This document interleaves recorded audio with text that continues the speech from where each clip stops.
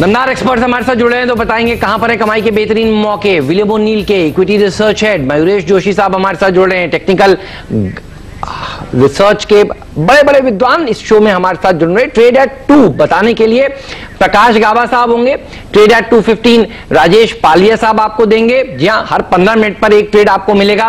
Trade at 230 मुदित गोयल आपको बताने वाले हैं। ट्रेड एट 245 श्रीकांत चौहान और 3 बजे का ट्रेड देंगे भसीन साहब। 3:15 पर चंदन तापड़िया भी हमारे साथ जुड़ेंगे जो आपको बताएंगे ट्रेड एट 315।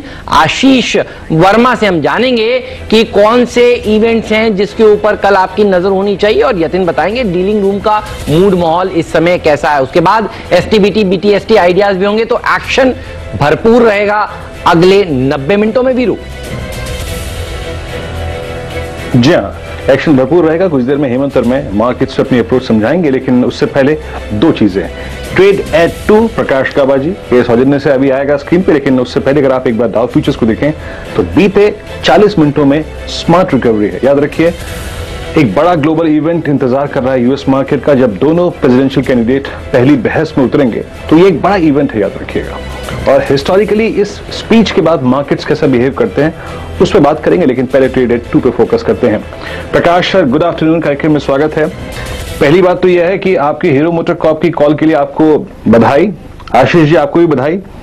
आपकी अप्रोच एट 2 क्या होगी और आपका ट्रेड क्या होगा? मुझे लगता है कि अब निफ्टी ठीक ही नजर आता है। जब तक ये 11,200 संभल जाता है तब तक अप मूव ऑन है।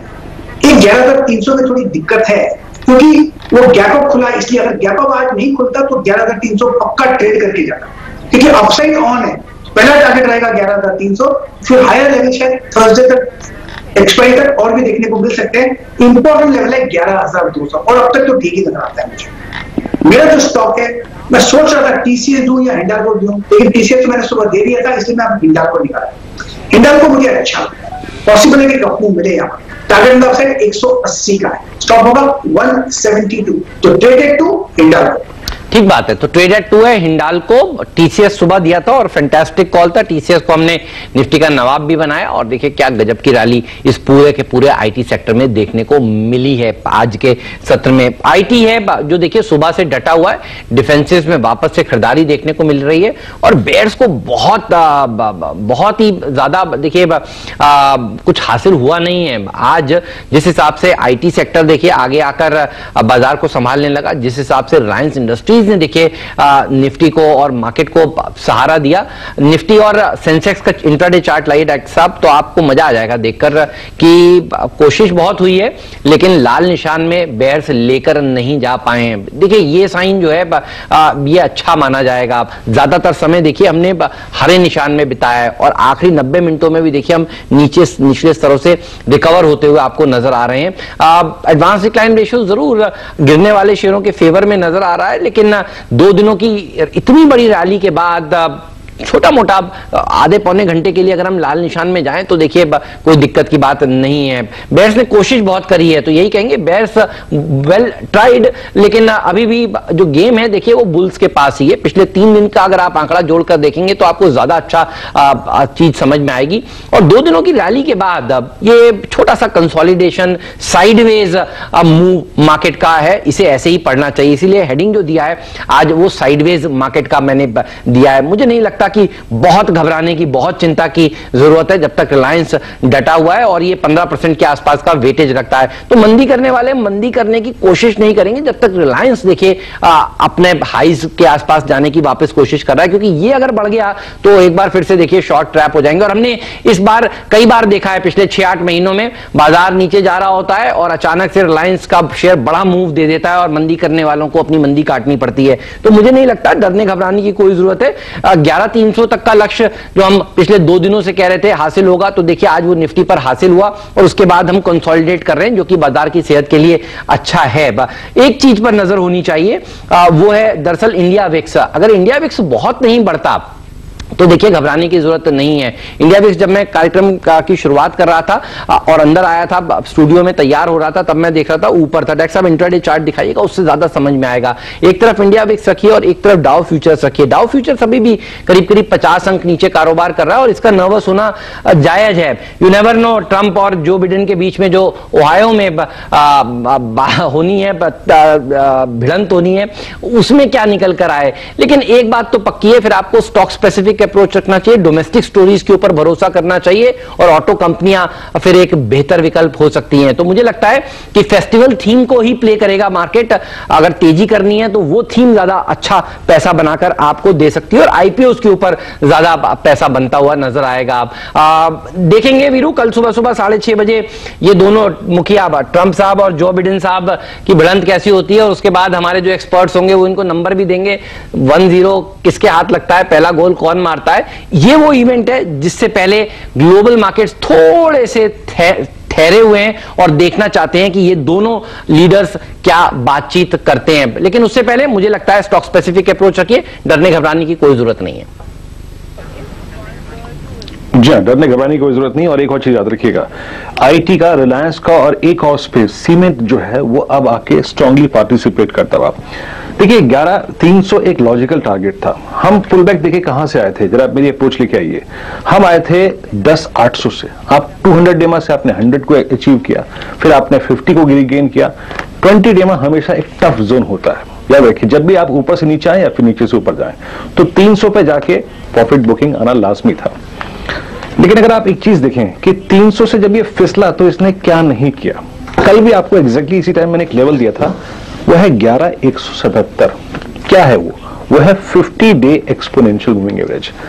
आज का लो एग्जैक्टली 50 डे में है, एग्जैक्टली 50 डे में है। तो याद रखिए निफ्टी एक बहुत तर्कसंगत गिरावट में गया और वहां से एक पुल बैक भी दे रहा है और इस पुल बैक में पार्टिसिपेट कर रहे हैं अच्छे स्टॉक्स, आईटी और रिलायंस। याद रखिएगा नीचे बहुत स्ट्रॉन्ग बेस है 11,150 एज पर एवरेजेस और एज पर पुट ऑप्शंस, क्योंकि 11,100 से लेकर 200 के बीच में लगभग 70 लाख पुट खड़ी हैं और इस इवेंट से पहले कॉल राइटर्स क्रिप ले रहे हैं 11,300 की रेंज में, जहां पे करीब 40 लाख कॉल खड़ी हैं। तो शायद फॉर द टाइमिंग आपके पास यही रेंज है प्ले करने के लिए, नीचे 11,170 और ऊपर 11,280। निफ्टी बैंक में मेरे ख्याल से ट्रेंड मिस है इस वक्त, तो कोई कमेंट करना अच्छा नहीं होगा। लेकिन मैं आखिरी के 1 घंटे में शायद रिलायंस की स्ट्रेंथ पे फोकस करूंगा। चलिए अब पैनल से बातचीत करते हैं और मुलाकात कराते हैं आपकी। प्रकाश जी ने अपना पहला ट्रेड दे ही दिया है तो उनसे बात आगे भी करेंगे, लेकिन पैनल में इस वक्त मयूरेश जोशी हैं, मोदित गोयल हैं और साथ ही साथ राजेश पालवे जी हैं। राजेश जी गुड आफ्टरनून, कार्यक्रम में स्वागत है आपका। इस बड़े ग्लोबल इवेंट से पहले टर्बुलेंस लाजमी थी, लेकिन बहुत लॉजिकल टर्बुलेंस है। आपकी अप्रोच और आपका आखिरी के 1 घंटे में जो झुकाव है वो किन ट्रेड्स की तरफ होगा? या good afternoon Virendra ji, good afternoon Hemant जी। देखिए मार्केट ने जो रिकवरी दी है काफी अच्छी रिकवरी थी और हम 11,200 के ऊपर ट्रेड कर रहे हैं और ड्यूरिंग द डे एक बार अटेम्प्ट भी किया मार्केट ने उसके नीचे फिसलने का, लेकिन वहां से वापस बाइंग इंटरेस्ट बनता हुआ दिखा है। तो मार्केट कहीं ना कहीं निफ्टी के पॉइंट ऑफ व्यू से बात करें तो 11,200 का लेवल है, उसको डिफेंड करने की कोशिश करेगा और मुझे लगता है कि ये लेवल अगर इंटैक्ट रहा तो बिल्कुल बाइंग इंटरेस्ट बना रहेगा। स्टॉक स्पेसिफिक आईटी, फार्मा और कुछ सिलेक्टेड स्टॉक्स जहां पे अच्छा एक ट्रैक्शन दिख रहा है वो स्टॉक्स पे फोकस करें। काफी अच्छा बाइंग इंटरेस्ट बना हुआ, ऑटोमोबाइल स्पेस भी अच्छा परफॉर्म कर रहा है। तो मुझे लगता है ये तीनों सेक्टर पे फोकस करें और मुझे लगता है कि अभी हम जो फोकस करेंगे वो आईटी, फार्मा पे ही फोकस करेंगे और ऑटोमोबाइल, ये 3 सेक्टर पे फोकस करेंगे, वहीं से हम ट्रेड इनिशिएट करेंगे। अगर आप कहें तो अभी ट्रेड शेयर कर दूं या 2:15 का वेट करें? सर बता दीजिए, आपके ट्रेड का इंतजार रहता है। बताइए सर कौन सा ट्रेड आप इस समय लेना चाहते हैं? आई एम श्योर वो भाग रहा होगा और आप सोच रहे होंगे कि ये अगर और बढ़ गया तो क्या। आप अभी दीजिए प्लीज। तो देखिए आईटी स्पेस से ही रहेगा। स्टॉक है माइंडट्री। माइंडट्री में जिस तरीके का मोमेंटम आज हमने ड्यूरिंग द डे देखा और जिस तरीके से आज स्टॉक ने एक एक्यूमुलेशन दिखाया है, तो हमें लगता है कि माइंडट्री को करंट लेवल पे बाय किया जा सकता है। 1338, 1339 के आसपास अभी ट्रेड कर रहा है। ये स्टॉक में हमें लगता है 1320 का स्टॉप लॉस रखे और जिस तरीके का सेटअप है इसका, हमें लगता है इसमें 1370, 1380 तक के टारगेट आते हुए दिखना चाहिए। तो माइंडट्री रहेगा बाय करने की सलाह अभी करंट लेवल पे। बिल्कुल, तो माइंडट्री इसके ऊपर नजर रखिएगा और देखिए बढ़िया स्टॉक है, शानदार प्रदर्शन दिखा रहा है। डॉक्टर साहब एक बार इसका 52 वीक हाई लो भी दिखाइए।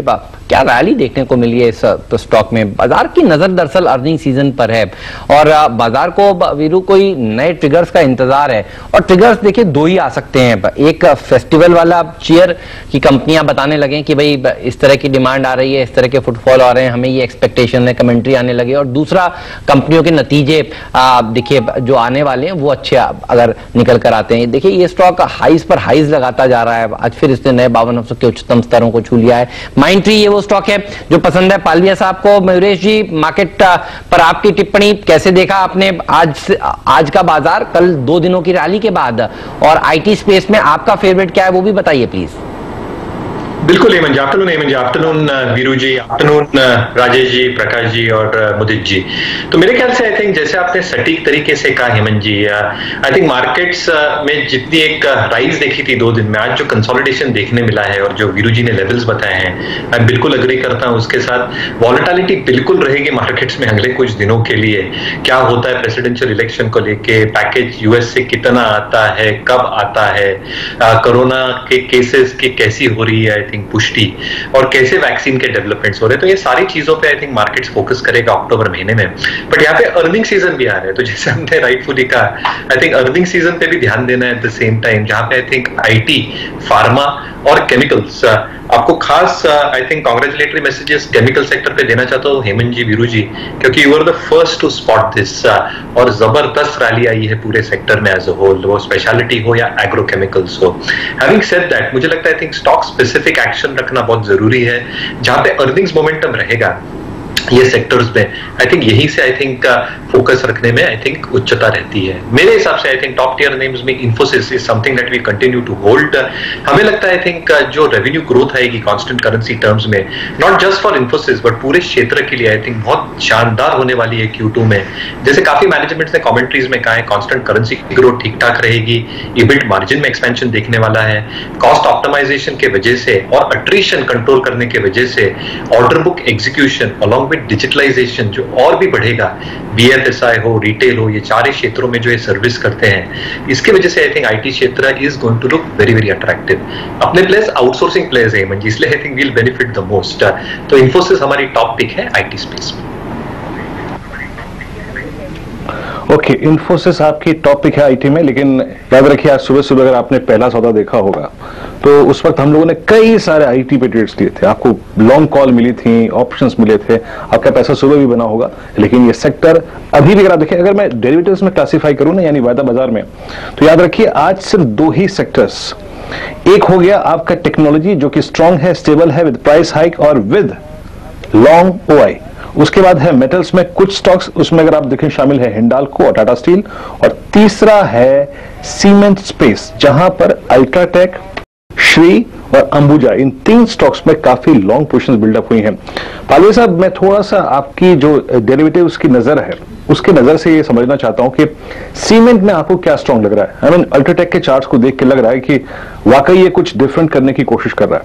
आप सीमेंट में कहां प्ले करना चाहेंगे लॉन्ग्स के साथ?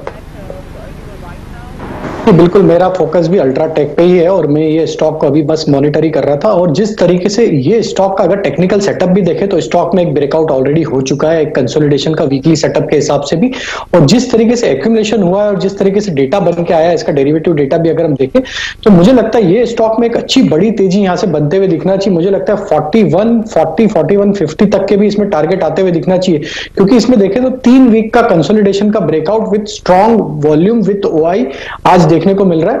तो मुझे लगता है कि इस स्टॉक को करंट लेवल पे बिल्कुल बाय करके चलना चाहिए। 4045 स्टॉप लॉस रखे, और टारगेट जो आते हुए लग रहे हैं वो मुझे लग रहा है 4120 4140 तक के टारगेट इसमें आते हुए दिखना चाहिए। तो सीमेंट में काफी स्ट्रॉन्ग सेटअप है अल्ट्राटेक का, इसको बाय किया जा सकता है।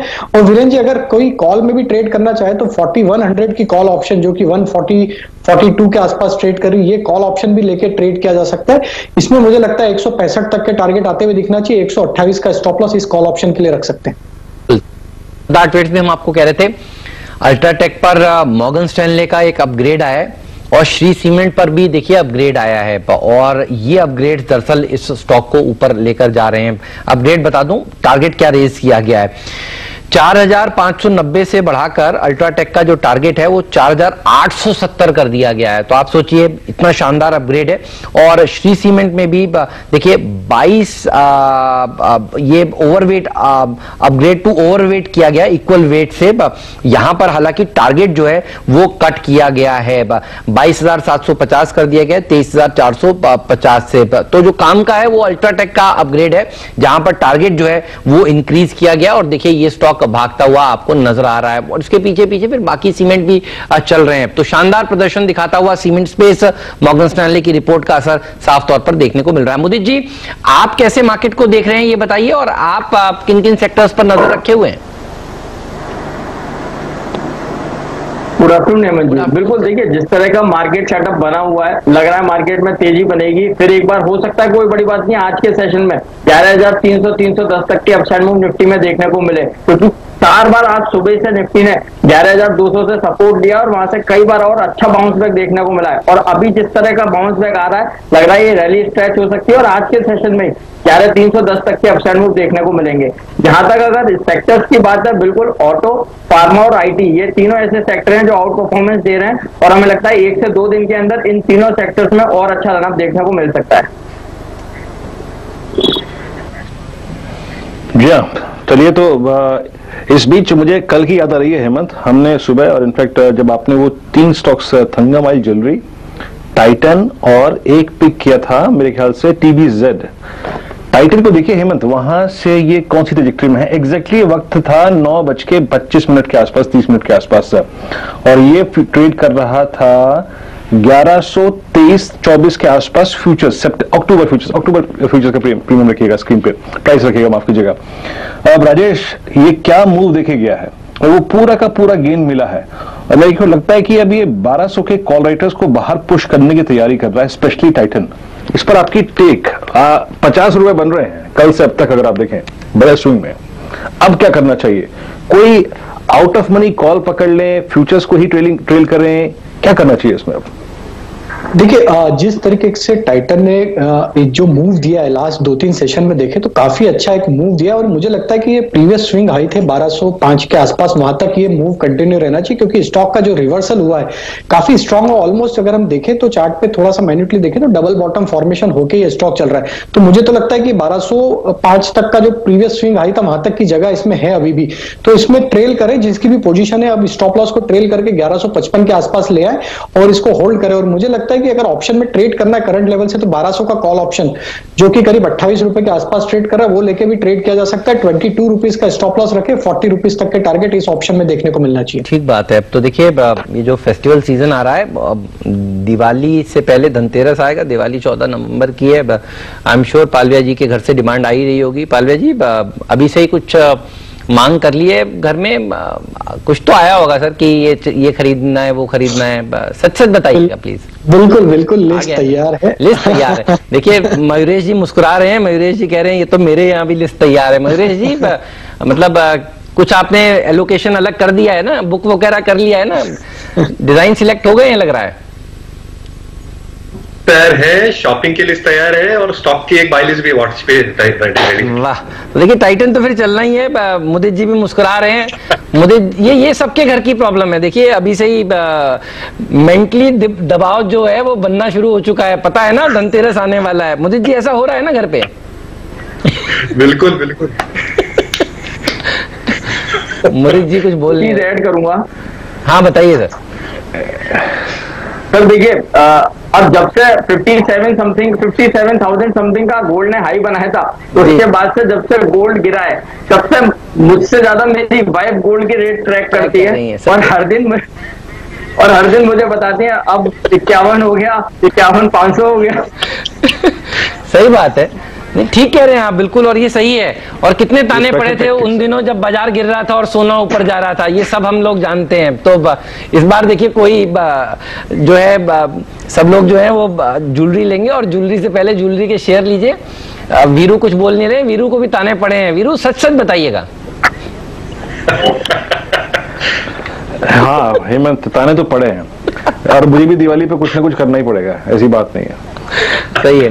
देखिए ये ठंगा माइल हो, टीबीजी हो, टाइटन हो, ये फेस्टिवल सीजन की चेयर में मुस्कुराते हुए बाजार में उतार चढ़ाओ, लेकिन ये स्टॉक्स देखिए हफ्ते भर का दिखाई डॉक्टर साहब, क्या रैली बनी है टाइटन के स्टॉक में, और ठंगा माइल ने भी बढ़िया प्रदर्शन दिखाया। आज जरूर ढीला है ठंगा माइल, लेकिन मुझे याद है एक ही दिन में इसने 20% की तेजी दिखा दी थी, जिस दिन कल का खिलाड़ी आज का दर्जा नीरज भाई ने इसको दिया था। देखिए 7 दिनों में 4.5% का मूवमेंट यहां पर देखने को मिला है। प्रकाश सर, एक सवाल आपसे ये है, भारतीय एयरटेल पर मेरा कल प्रेस कॉन्फ्रेंस होने वाली है, अब ये तो नहीं पता किस मामले पर होने वाली है, लेकिन ये स्टॉक जैसे ही अनाउंसमेंट आया कि प्रेस कॉन्फ्रेंस करेंगे, निचले स्तरों से थोड़ा सा घूमा है। पिछले कई दिनों से देखिए दबाव में था ये स्टॉक, आज थोड़ा सा उछाल दिखा रहा है। इसके चार्ट सेटअप बताइए, कौन से लेवल्स इंपॉर्टेंट हैं, ऊपर में कौन सा सपोर्ट लेवल आपको नजर आता है? भारतीय एयरटेल में जो 3 दिन का जो अपमूव मिला, ये डेड कट बाउंस नजर आता है। इतनी गिरावट के बाद 560 से 480, फिर एक 400 के करीब पहुंचा। ये जो अपमूव मिला, ये डेड कट बाउंस लग रहा है। अब तक तो डेड कट बाउंस लगता है। अगर खरीदना है, खरीदारी करनी है, कल आप बता रहे हैं कुछ प्रेस कॉन्फ्रेंस है, तो जब तक ये पार नहीं करता करीब 450 का लेवल, तब तक खरीदना नहीं चाहिए। तो 450 में खरीद कर बेचे कहां पर, अभी बता देता हूं 480। ठीक बात है। कुछ सुना है मयूरेश जी? कल 1:30 बजे एक प्रेस कॉन्फ्रेंस होने वाली है, ऑनलाइन प्रेस कॉन्फ्रेंस होगी, ये इनवाइट सबको भेजा गया है, और अगर आप देखें ये स्टॉक ने उसके बाद से थोड़ा सा चलना शुरू किया है। क्या सुन रहे हैं आप? नो आइडिया सर, कल 145 तक रुकते हैं हेमंत जी। सही है, चलिए मैंने सोचा शायद आपने कुछ सुना, हमें भी पता नहीं है, इसलिए मैंने सोचा आप ही से पूछ लूं। लेकिन लेट्स सी क्या होता है। अलग अलग बातें चल रही हैं, क्या कोई कह रहे हैं कि भाई पता नहीं कुछ नया ऑफर निकाल सकते हैं, लेकिन ये स्पेकुलेट करने वाली बात अब होगी। लेकिन ये वो स्टॉक है जो कल रडार पर रहेगा वीरू सेकेंड हाफ में। जी, सेकंड हाफ में भारतीय एयरटेल पे नजर रखेंगे। 437 ये एक्सट्रीमली ओवरसोल्ड ट्रैजेक्टरी है, याद रखिएगा भारतीय एयरटेल के लिए। तो ठीक है, वक्त जब आएगा तो उसको बात करेंगे, लेकिन उससे पहले अगर आप कुछ स्टॉक्स को देखें जो कि अच्छा कर रहे हैं अब आपकी स्क्रीन पर, उसमें अगर आप डेरिवेटिव्स में ही रहें तो Siemens with in the capital good space अगर आप देखें करीब 1265 पे ट्रेड कर रहा है। आप कैसे देखते हैं सिमेंस को मयूरेश? एक बड़ा एडवांटेज सिमेंस को मिला है एलएनटी की अंडर परफॉर्मेंस का। अब स्क्रीन पे चार्ट रखिए ना, पिछले 2 महीने की प्राइस परफॉर्मेंस एलएनटी की कैसी रही और सिमेंस अब इस दौर की पोस्ट मार्च हाईएस्ट ट्रैजेक्टरी पे ट्रेड कर रहा है। आपका सिमेंस पे टेक, उसके बाद मैं एक टेक्निकल चेक लूंगा। ये एक बहुत अच्छे ब्रेकआउट के अगर आप देखें कगार पे है। आपकी पहले सिमेंस पे अप्रोच क्या होगी मयूरेश? बिल्कुल वीरू, आई थिंक फंडामेंटली आई थिंक मुझे लगता है थोड़ा और समय देना चाहिए। आई थिंक 2 मुख्य कारणों की वजह से आई थिंक अगर आप देखें कि capital goods as a sector जो ऑर्डर फ्लोज हैं आई थिंक लॉकडाउन के वजह से काफी म्यूटेड रहे हैं, इसलिए जो एग्जिस्टिंग इनकी ऑर्डर बुक थी इसमें कोई ज्यादा एडिशन हुआ नहीं है because of the lockdown related pressures. दूसरा I think even on their existing order book, क्योंकि एग्जीक्यूशन बहुत स्लोली हो रहा है, जितने कैश फ्लो इससे जनरेट होते हैं, क्योंकि जैसे आप प्रोजेक्ट्स कंप्लीट करते हैं उसकी मार्जिन और कैश फ्लोज डिटरमाइन होती है आपके IRRs पे और अल्टीमेटली आपके रिटर्न ऑन कैपिटल एम्प्लॉयड पे, क्योंकि आपका पैसा लगा हुआ रहता है कैपिटल इंटेंसिव प्रोजेक्ट्स में, जो 70% आई थिंक 60% इक्विटी होती है, 40% डेट होती है। इसलिए debt servicing, fixed cost absorption ये हायर लेवल्स पे ही रहता है। इसके वजह से अर्निंग्स की जो ट्राइजेक्टरी होती है ये थोड़ी आई थिंक सॉफ्ट रहती है, इसलिए आई थिंक थोड़ा पेचीदार हो सकता है I think fundamentally from an earnings perspective. इसलिए थोड़ा आई थिंक रिजल्ट्स देखने की आई थिंक मैं चेष्टा करूंगा, स्पेसिफिकली Q2 और मैनेजमेंट कमेंट्री।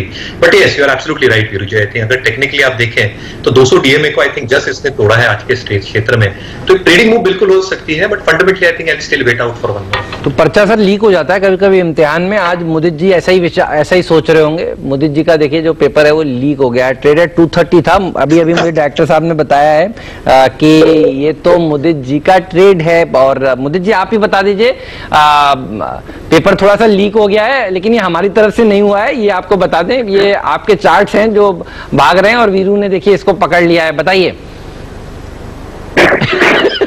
बिल्कुल, देखिए मैंने 1285 के लिए इस कॉल को निकाला था ट्रेड एट 230 के लिए, और जब ये 1259 के रेट पर ये ट्रेड हो रहा था, लेकिन अभी भी चार्ट स्ट्रक्चर काफी पॉजिटिव है। एंड यस, जिस तरह के स्ट्रक्चर बने हुए हैं, एक कंसोलिडेशन ब्रेकआउट के पास ये काउंटर आ गया और वहां से तेजी दिखा रहा है। 1285 बड़ा कंजर्वेटिव टारगेट है, उसके लिए भी बाय करके चल सकते हैं। अगर 1 से 2 दिन का नजरिया रखते हैं 1320 तक के अपसाइड मूव सीमेंस में नजर आते हैं, यहाँ पर बाय करने की सलाह होगी। स्टॉप लॉस रहेगा 1250।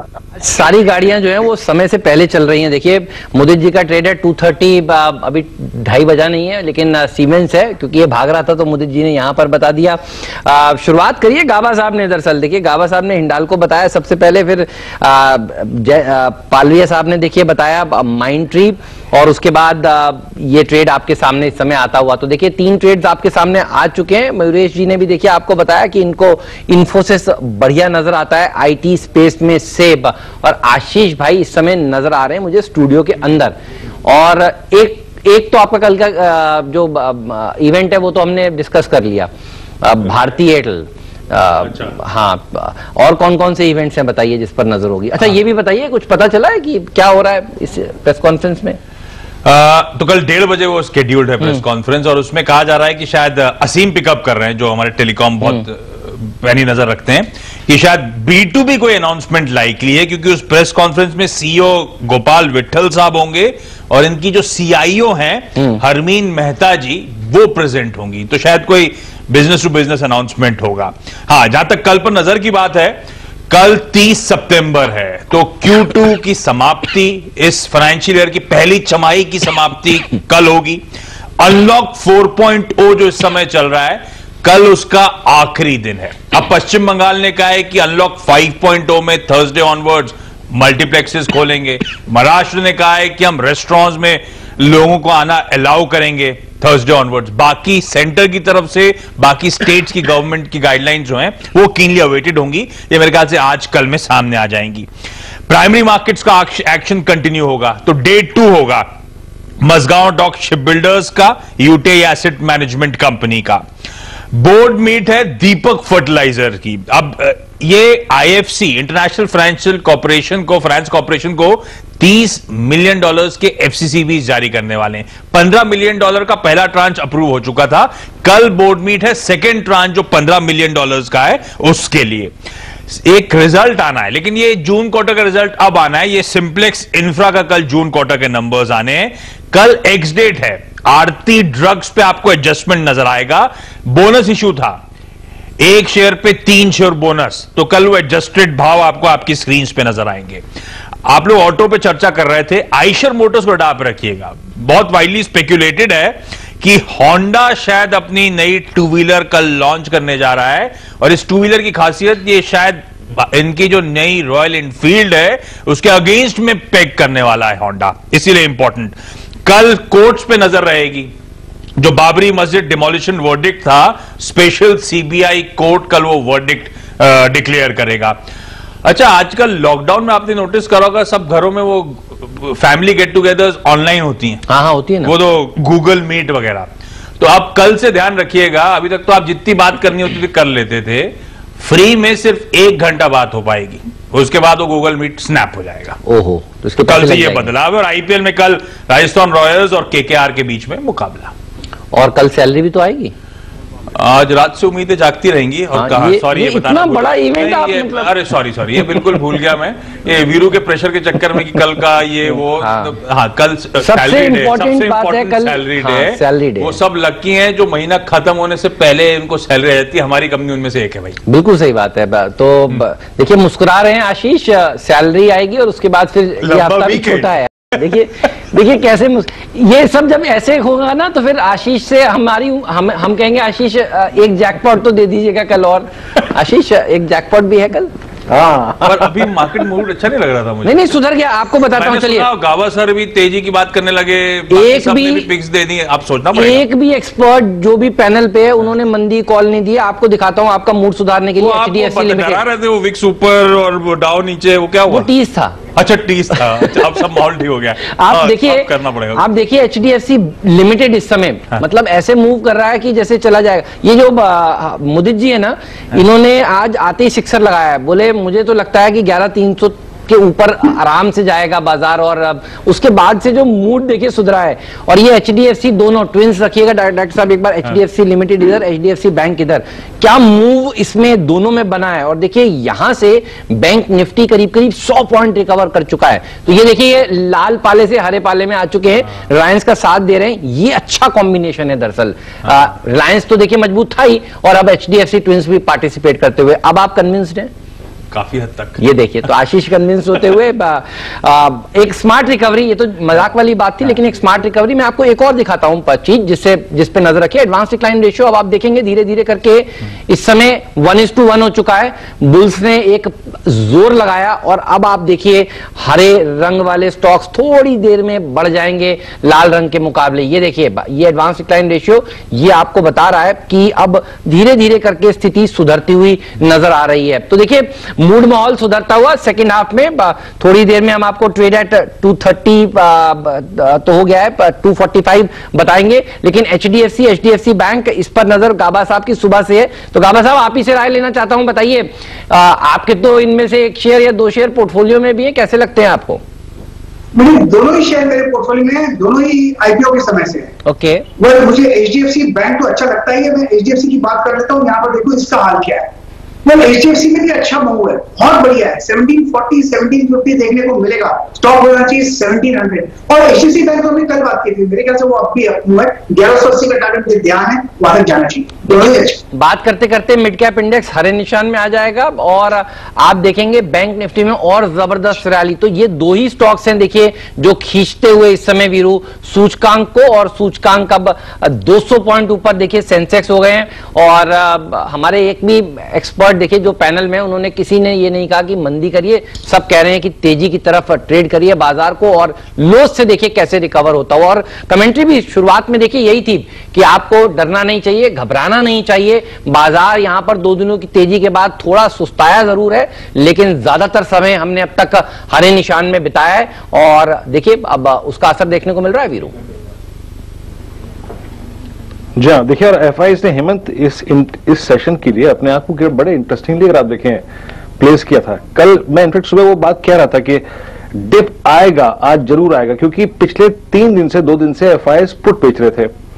कल उन्होंने 15,000 कॉल लेके पुट नहीं बेची, यानी आज इंटरडे में गिरावट आनी थी, और मैं इसलिए सुबह कह रहा था कि डिप आएगा और आप डिप को बाय कीजिएगा। और 11,177 तक ये टूटा और उसके बाद पुल बैक आया।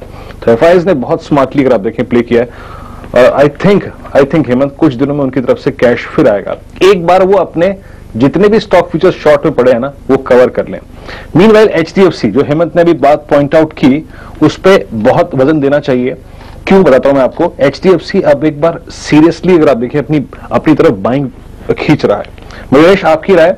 अच्छा, बहुत सारे अगर आप देखें लोग, मैं स्पेशली नोएडा के मार्केट के बारे में बताता हूं आपको मयूरेश, बहुत से लोग स्टैंप ड्यूटी के घटने का इंतजार कर रहे हैं डिफरेंट स्टेट्स में, अभी तक हालांकि हुआ नहीं है यहाँ पे। आपकी राय क्या है? एचडीएफसी को इन लेवल्स पे आप कैसे अप्रोच करेंगे? बिल्कुल, और पहले तो आई थिंक मैं जैसे हेमंत जी कह रहे थे, आई थिंक थोड़ा मार्केट्स का एक विश्लेषण देना चाहता हूं। हमारे आई थिंक जो ओनिल मेथोडोलॉजी है, हेमंत जी, वीरू जी, आज ऑब्वियसली मार्केट पॉजिटिव में क्लोज होगा और कंसोलिडेट होना अच्छी साइन है। अगर मार्केट यहां से 1.5% की इंडेक्स लेवल की मूव देता है विद हायर वॉल्यूम्स अगले कुछ दिनों में, तो हमें लगता है आई थिंक मार्केट से एक बहुत अच्छे अप ट्रेंड में रहेगा। और जो नियर टर्म इंटरमीडिएट बॉटम में बना है 10,760, वो शायद ये सीरीज का और आने कुछ महीनों के तक का बॉटम हो सकता है।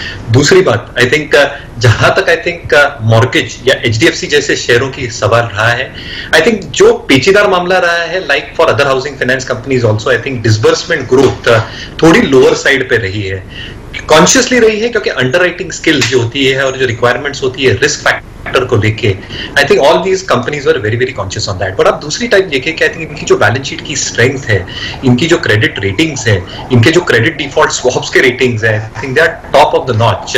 इसलिए आई थिंक इंडस्ट्री लीडर है। हालांकि आई थिंक प्राइस स्ट्रेंथ थोड़ा आई थिंक लैक कर रहा है मार्केट को, but over a period of time I think ये मार्केट लीडर आई थिंक वापस उभर के आते हैं अगले कुछ क्वार्टर्स में, जैसे नंबर सुधरेंगे और जैसे इसकी प्राइस स्ट्रेंथ सुधरेगी। तो मुझे लगता है आई थिंक इसका जो 200 डीएमआई है वीरू जी 1900 के आसपास, एक बार ये क्रॉस कर लेता है तो ये स्टॉक में जबरदस्त तेजी आ सकती है। क्या बात है। तो देखिए अब आप तेजी की तरफ सोचिए, कुछ और बढ़िया बढ़िया ट्रेड्स निकालते हैं जहां पर एक्शन इस समय देखिए देखने को मिल रहा है। इवेंट्स तो बहुत सारे देखिए आपको बताए आशीष ने, अल्ट्राटेक सीमेंट की बात हुई थी, ये भागता हुआ, एचडीएफसी लिमिटेड की बात हुई थी, ये भागता हुआ। एक और स्पेस है जो भाग रहा है, दौड़ रहा है, वो है मेटल स्पेस। आप देखिए जेएसडब्ल्यू स्टील दिन के हाईज पर निकल रहा है, टाटा स्टील दिन के हाईज पर निकल रहा है, मेटल्स में अच्छी रैली देखने को मिल रही है। इवन हिंडाल्को सुबह से देखिए डटा हुआ है। हिंडाल्को अभी गाबा साहब ने भी आपको बताया था कि यहां पर खरीदारी करनी चाहिए। Mudit ji, Hindalco, JSW steel, Tata steel, कोई ट्रेड बनता है यहां पर? जी, टाटा स्टील को लॉन्ग करने की सलाह देंगे। जिस तरह की करेक्शन हायर लेवल से इस काउंटर ने दिखाई है, सपोर्ट बनाया 340-45 के आसपास, एक अर्लियर सपोर्ट जोन, वहां से बाउंस बैक इस काउंटर में देखने को मिला है। और जिस तरह के अभी स्ट्रक्चर बना लिया लास्ट 3 सेशन से, जिस तरह की बाइंग बनी हुई है, रैली बरकरार रहेगी। पहला टारगेट होगा 381 का, 381 के बाद 390 रुपए तक के अपसाइड मूव टाटा स्टील में नजर आएंगे। यहां पर लॉन्ग करने की सलाह दे रहे हैं। स्टॉप लॉस रहेगा 364 का। बिल्कुल। तो देखिए टाटा ग्रुप में जबरदस्त रैली है। थोड़ी देर पहले हम लोग टाइटन की बात कर रहे थे, ये भी टाटा ग्रुप की कंपनी है। और टाइटन देखिए जैसे ही डिस्क्लोजर आया मयूरेश जी का, मुदित जी का, राजेश पालविया जी का, टाइटन भी दिन के हाईज पर, और टाटा स्टील में भी वीरू देखिए एक मूव आने के लिए ये शेयर बिल्कुल तैयार खड़ा है। जी हाँ। अच्छा, मैं हेमंत टाटा स्टील को कुछ और पर्सपेक्टिव्स देख रहा था। आई थिंक राजेश जरा प्लीज इस पर फोकस कीजिएगा। मैं अभी ऑप्शन चेन को स्कैन कर रहा था, अभी मुदित ने ये राय भी दी टाटा स्टील की। आप जरा टाटा स्टील की 380 की कॉल का जरा वॉल्यूम्स देखिए पिछले, एक सेकंड मैं आपको बताता हूं। हाँ, 2:15 से लेकर अभी करीब 3:30 तक, 2:30 बजे तक का इसका वॉल्यूम देखिए। डे हाई पे ट्रेड करती हुई 13.5 पे एक बाय कॉल तो आ गई है फ्यूचर्स पे, लेकिन अगर ऑप्शन पकड़ना हो तो इस कॉल पे फोकस करेंगे क्या? 13 पे ट्रेड करती है, 13.10 इनफैक्ट। यस बिल्कुल बिल्कुल वीरेन जी। और सेटअप के हिसाब से बिल्कुल इस 380 की कॉल ऑप्शन को लॉन्ग करना चाहिए, क्योंकि जिस तरीके से इसमें वॉल्यूम एक्शन है, जो पार्टिसिपेशन दिख रहा है, ये कहीं ना कहीं दर्शा रहा है कि मेटल स्पेस ही पूरा एक बस करता हुआ दिख रहा है। मुझे लगता है कि ये मेटल स्पेस में यहाँ से अच्छा मोमेंटम रहेगा। और टाटा स्टील, जेएसडब्ल्यू स्टील, दोनों स्टॉक काफी अट्रैक्टिव लग रहे हैं। 380 का कॉल ऑप्शन बिल्कुल खरीदना चाहिए करंट लेवल से। 9 रुपए का स्टॉप लॉस रख लें, और इस पे टारगेट जो होना चाहिए वो 18 रुपए से 20 रुपए तक के टारगेट मुझे लगता है इस कॉल ऑप्शन में देखने को मिलेंगे। क्योंकि अगर हम देखें तो मेटल स्पेस में हुआ क्या कि ओपनिंग में तो एक अच्छा बाइंग इंटरेस्ट था, बट ड्यूरिंग द डे थोड़ा सा कंसोलिडेशन हुआ और वापस सारे स्टॉक्स अब डे हाई की तरफ मूव होते हुए दिख रहे हैं। तो मुझे लग रहा है कि बिल्कुल ये ग्लोबल इवेंट का भी एक थोड़ा सा इंपैक्ट रहेगा। तो मुझे लगता है कहीं ना कहीं रुझान बिल्कुल बाइंग का बना हुआ मेटल स्पेस में। और मुझे लग रहा है Tata steel, JSW steel, even Hindalco तो ऑलरेडी गाबा जी ने रिकमेंड किया, काफी अच्छा मोमेंटम इन स्टॉक्स में कंटिन्यू रहना चाहिए। सही बात है। Tata steel, JSW steel, Hindalco तीनों ही देखिए भागते हुए आपको नजर आ रहे हैं। इस पॉकेट के ऊपर तो आपकी नजर होनी चाहिए, रिलायंस इंडस्ट्रीज के ऊपर भी रखिएगा नजर। सारे लीडर्स देखिए एक साथ चलना शुरू कर रहे हैं इस समय। और रिलायंस ने आज देखिए सुबह भी बाजार को सहारा देने की कोशिश करी थी, इस समय भी देखिए अच्छा प्रदर्शन ये स्टॉक दिखाता हुआ आपको नजर आ रहा है। श्रीकांत चौहान भी हमारे साथ जुड़ चुके हैं रिलायंस पर। श्रीकांत जी से ही राय ली जाए। श्रीकांत जी स्वागत है, बताइए इस रिकवरी को आप किस तरह से देख रहे हैं, जो पिछले 15-20 मिनटों में देखने को मिली है, और आपका व्यू क्या है आरआईएल पर? Good afternoon Hemant. Good afternoon sir. देखिए, वैसे मार्केट का जो करेक्शन आना चाहिए था वो आ गया, और काफी ग्रेजुअल करेक्शन था। इनफैक्ट एक बार 11,200 के नीचे जो आया उसमें काफी अच्छी मैं बोल सकता हूँ कि अच्छी एक फॉर्मेशन बन चुकी है निफ्टी के लिए। और जैसे भी मुदीत ने बताया, मुझे लगता है कि यस, एक बार 11,350 या 11,370 के लेवल से निफ्टी दिखा सकता है। ये अभी फॉर्मेशन बना है, और अगर एक 100 पॉइंट की अगर और तेजी अगर यहाँ पे अगर निफ्टी में अगर बननी है तो मुझे लगता है कि बैंक निफ्टी को चलना पड़ेगा, साथ ही साथ रिलायंस को भी चलना पड़ेगा। तो रिलायंस जैसे भी आपने बताया, मुझे लगता है यस, ये बाय है। 2225 के स्टॉप लॉस के साथ बाय करें। शायद 2320 के टारगेट ये दिखा सकता है, क्योंकि ये एक जो करंट 100 पॉइंट की जो एक्टिविटी लग रही है उसमें मुझे लगता है कि रिलायंस का कंट्रीब्यूशन डेफिनेटली रहेगा। तो रिलायंस को बाय करके चले करंट लेवल से। रिलायंस को बाय करके चलिए करंट लेवल पे। आज सुबह 15 मिनट के अंदर ही हमने रिलायंस से पहला ट्रेड लिया था, और मुझे याद है जब मैंने प्रश्न पूछा था तो हमारी ये सोच भी थी कि रिलायंस को अभी हम ऑप्शंस के जरिए खेलेंगे। उस वक्त जो कॉल थी रिलायंस की, शुभम अग्रवाल ने रिकमेंड की थी, 62 रुपए के आसपास ट्रेड कर रही थी, 74 का हाई लगा के आई और अभी भी 70 पे ट्रेड कर रही है। तो Reliance is doing well. Market की डाउनसाइड को इसने प्रोटेक्ट किया, निफ्टी के स्ट्रक्चर को वर्सेस जो कि निफ्टी बैंक के अच्छा था उसको मेंटेन रखा रिलायंस ने।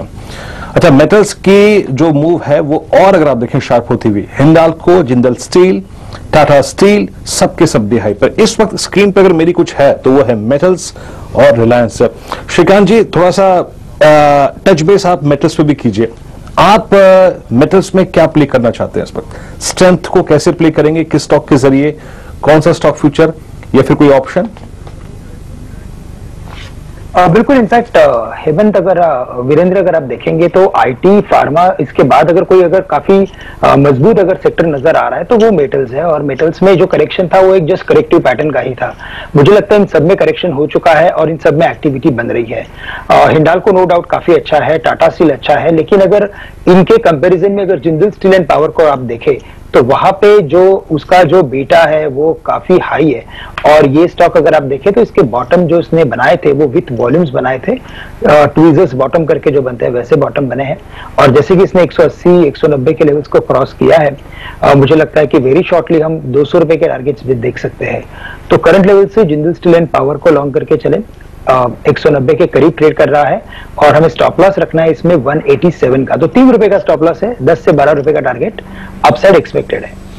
ठीक बात है। तो जेएसपीएल देखिए, सारे मेटल्स दौड़ रहे हैं। अभी अभी हम लोग बात कर रहे थे जेएसडब्ल्यू स्टील की, टाटा स्टील की, हिंडाल्को की, और देखिए जेएसपीएल भी इसमें शामिल होता हुआ मूव बहुत ही गजब का है। देखिए, और एक अच्छी बात और हुई है, इस कार्यक्रम को शुरू हुए 40 मिनट हो गए और पिछले 40 मिनटों से डाउ फ्यूचर्स रिकवर करता हुआ, जब हम कार्यक्रम में आए थे तो कुछ 70-80 अंक नीचे था डाउ फ्यूचर्स, और अब आप देखिए 25 अंक की नीचे रह चुका है। तो अमेरिका के बाजारों में मजबूती बनी रहेगी, ये संकेत इस समय मिलते हुए नजर आ रहे हैं। तो ग्लोबल मार्केट स्टेबल होंगे तो मेटल्स तो भागेंगे। और ये बात भी है कहीं ना कहीं महेश जी कि कंपनियों ने दाम तो देखिए खूब बढ़ाए हैं। Q2 के नतीजे आएंगे उसमें भी रिफ्लेक्ट होगा, दाम बढ़ाए हैं तो नतीजे तो देखिए अच्छे आएंगे। आपको फंडामेंटली कौन सी मेटल कंपनी सबसे अच्छी लगती है? उसके बाद फिर ट्रेड एट 245 श्रीकांत जी से भी जानेंगे कौन सा है, लेकिन मेटल्स पर आपका व्यू भी जानना है, बताइए प्लीज। बिल्कुल हेमंत जी, और जैसे आई थिंक स्टील कंपनीज हैं और आपने राइटफुली कहा है, आई थिंक दो चीजें हैं यहाँ पे। आई थिंक जो एक वॉल्यूम ग्रोथ की हम चर्चा करते हैं स्टील कंपनीज के लिए, प्रोडक्शन आउटपुट और सेल्स आउटपुट कितना है। सरप्राइजिंगली आई थिंक पिछले 2 महीनों में हमने जो एक्सपोर्ट्स हुए हैं वियतनाम या China have been on a record high compared to the last year. तो आई think that is one positive sign. दूसरी अगर मैं आई थिंक एक साइन देखूं तो आई थिंक जो इनपुट कॉस्ट्स होती है इन सारी कंपनीज के लिए, स्टील कंपनीज के लिए, I think iron ore costs are very very important, coking coal cost, ये सारे इनपुट कॉस्ट थम चुके हैं पिछले कुछ क्वार्टर्स से। तो I think it's on a downward trajectory, जिसके वजह से इनकी जो मार्जिन है ये प्रोटेक्टेड रहेंगी। इसलिए रिपोर्टेड एबिटा पर टन काफी कंपनीज के लिए ठीक ठाक होने वाला है। तीसरा I think from a global perspective demand supply के अगर हम डायनामिक्स देखें तो जैसे रीस्टार्ट होगी ग्लोबल ऑपरेशंस और चाइना जैसे रीप्रोसेसिंग स्टार्ट कर रही है, मुझे लगता है आई थिंक जो एक इन्वेंट्री लेवल होती है मेटल कंपनीज के लिए, that is at an all time level, high low level. तो जैसे आई थिंक इन्वेंट्रीज भी बढ़ेंगी तो मेटल्स के रियलाइजेशंस और एंड प्रोडक्ट प्राइसेस भी बढ़ेंगे, जो आप राइटफुली कह रहे हैं। हॉट रोल प्राइसेस और कोल्ड रोल प्राइसेस दोनों बढ़े हुए हैं। तो यस, आई थिंक मेटल्स के नंबर्स काफी अच्छे रहेंगे सीक्वेंशियली। स्टील कंपनीज पे ध्यान रखें, स्टील कंपनीज और जो इंटीग्रेटेड कंपनी है हिंडाल्को, इस नतीजों पे आई थिंक मैं खास ध्यान रखूंगा, क्योंकि मेरे हिसाब से आई थिंक ये तीनों कंपनी के नतीजे will be better on a sequential basis. जी हाँ, इस वक्त बीते 20 मिनटों से हेमंत, मैं और ये पूरा का पूरा पैनल जो है वो मेटल से बातचीत कर रहे हैं और मेटल्स इस वक्त स्क्रीन पे पैसा बना के दे रहे हैं। चाहे वो हिंडाल्को की कॉल हो, चाहे वो टाटा स्टील हो, चाहे वो जेएसडब्ल्यू स्टील हो। टाटा स्टील की वो जो कॉल ली थी ना हमने, जो मुदित ने दी थी, वो डे हाई पर है। और जो पालवे साहब ने उसके बाद ऑप्शन दिया था, वो ऑप्शन हमने 12 रुपए 70 पैसे पे डिस्कस किया था। अब उसका प्रीमियम है टाटा स्टील की कॉल का लगभग 14 रुपए। तो मेटल्स इस वक्त मूव दे रहे हैं। एक बार नाल्को को देखते हैं, नाल्को एग्जैक्टली क्या कर रहा है। हालांकि ये बहुत स्ट्रॉन्ग स्ट्रक्चर नहीं है, चलिए स्किप करते हैं, छोड़ते हैं इसको। और कुछ स्टॉक्स जो कि अच्छा कर रहे हैं इस वक्त, इस बीच पेज इंडस्ट्रीज, आप इसको पिछले 5 सेशन से देखिए और अब क्या कर रहा है ये अब मार्च, अप्रैल, मई, जून, जुलाई, अगस्त, सितंबर सारे हाईस को क्रॉस कर चुका है। अब तक का हाई था 21,218, यानी 200 रुपए से ओवरशूट कर चुका है। इस पर श्रीकांत जी आपकी राय, अब इसको ये ब्रेकआउट कहां तक ट्रेवल करेगा? अरे वीरेंद्र जी, आपने काफी अच्छा ब्रेकआउट पकड़ा है ये, क्योंकि इसके इनफैक्ट मैं स्टॉक के ऊपर में आने वाला ही था, क्योंकि इसके जो फॉर्मेशन बने हैं वो एकदम मैं बोल सकता हूँ कि इसमें जो आयशर मोटर्स में कुछ महीनों पहले जो बॉटम बना था और जो एक रैली बनी थी, वर्टिकल रैली बनी थी, सिमिलर सॉर्ट ऑफ फॉर्मेशन मुझे लगता है कि पेज इंडस्ट्री में बना है। काफी अच्छा एक 18,000 के करीब बॉटम बना है और ये स्टॉक अभी जो निकला है वो मुझे लगता है कि थर्ड वेव में निकला है, कि जहां पे काफी ट्रेंडिंग एक्टिविटी देखने को मिलेगी। और अगर ये ट्रेंडिंग अगर एक्टिविटी देखने को मिलती है और उसमें भी अगर कंजम्पशन से रिलेटेड अगर पेज इंडस्ट्री अगर हो तो फिर क्या कहने। तो मुझे लगता है कि शायद ये स्टॉक कम से कम 23-23,500 के लेवल्स को छुएगा, लेकिन बहुत ही अगर अच्छा करे तो इसने 26,000 के करीब एक इंटरमीडिएट टॉप बनाया था, तो उसके करीब भी जा सकता है। तो काफी बड़ी अपसाइड है। अगर बहुत से लोग मैंने देखा है कि इसमें अटके हुए, तो उनके लिए राय ये रहेगी कि वो उस पोजीशन को पकड़ के रखे और यहाँ से अगर किसी का 3 महीने तक का अगर इन्वेस्टमेंट का अगर व्यू हो तो भी करंट लेवल से इसे बाय करके चल सकते हैं। मुझे लगता है अभी स्टॉप लॉस रखना है, वो रखना है हमें यहाँ से 20,800 का 400 से 500 रुपए का स्टॉप लॉस है, लेकिन टारगेट्स 2 से 2,500 रुपए के करंट लेवल से ऑन द हायर साइड है। सुबह आपके जो मित्र है ना मयूरेश जी, जो पैनल पर मौजूद है, एक बार दिखाइए मयूरेश जी की फोटो जरा। वो सुबह सुबह आकर बोलने लगे कि शॉर्ट्स और बरमूडास की डिमांड बढ़ेगी, लॉकडाउन में पुराने वाले घिस गए हैं और अब दुकानें खुलेंगी तो हम सब खरीदेंगे, और ऐसी ऐसी टिप्पणी निकल कर आई। और आप देखिए क्या रैली हुई है। वीरू, याद है ये सब सुबह सुबह हुआ था? ये मयूरेश जी ऐसे ही स्मार्टली देखिए बात कर जाते हैं और उसके बाद फिर स्टॉक्स मूव करना शुरू कर जाते हैं। मयूरेश जी मतलब गजब है, इतना बड़ा मूव पेज इंडस्ट्रीज में। आज आपका ये पहला कॉल था ना 8 बजे सुबह सवेरे, जब बाजार खुले भी नहीं थे। बिल्कुल हेमंत जी, आई थिंक आप तो चार्ट बना रहे हैं आजकल। नहीं सर, श्रीकांत जी की मेहरबानी है सर, और कुछ नहीं, और वीरू जी की स्पॉटिंग। नहीं सर, आप हम्बल हो रहे हैं सुबह सुबह, वरना सुबह पेज इंडस्ट्रीज जैसा स्टॉक इतना बड़ा, एक तो ये मतलब 21,450 रुपए वाला शेयर हमारे रडार पे तो जनरली आता नहीं है। आपने सुबह सुबह आज रडार पर आया, लिखवा दिया, सारे देश के रडार पर ले आए आप CNBC आवाज पर। उसके बाद देखिए इसमें एक्शन देखने को मिलने लगा और श्रीकांत जी ने भी देखिए इस पे अपना सिक्सर लगा दिया। श्रीकांत जी, ट्रेड एट 245 भी बताइए, आपको कौन सा स्टॉक अच्छा लगता है? तो देखिए हेमंत जी, अगर सेक्टर स्पेसिफिक देखें तो काफी सारे स्टॉक्स सेक्टर्स में एक्शन है, लेकिन मुझे लगता है कि टायर स्टॉक्स में अगर आप देखें तो एक वहां पे काफी अच्छी हलचल है, काफी अच्छे ओपन इंटरेस्ट है, वॉल्यूम्स है और सभी में एक अच्छा फॉर्मेशन बना है। जैसे हायर टॉप हायर बॉटम की एक सीरीज बनी है सीएट टायर्स में, बालकृष्ण इंडस्ट्रीज में, और मुझे लगता है कि सबसे अच्छा एक बुलिश ट्रायंगल फॉर्मेशन बन रहा है, वो बन रहा है अपोलो टायर्स में।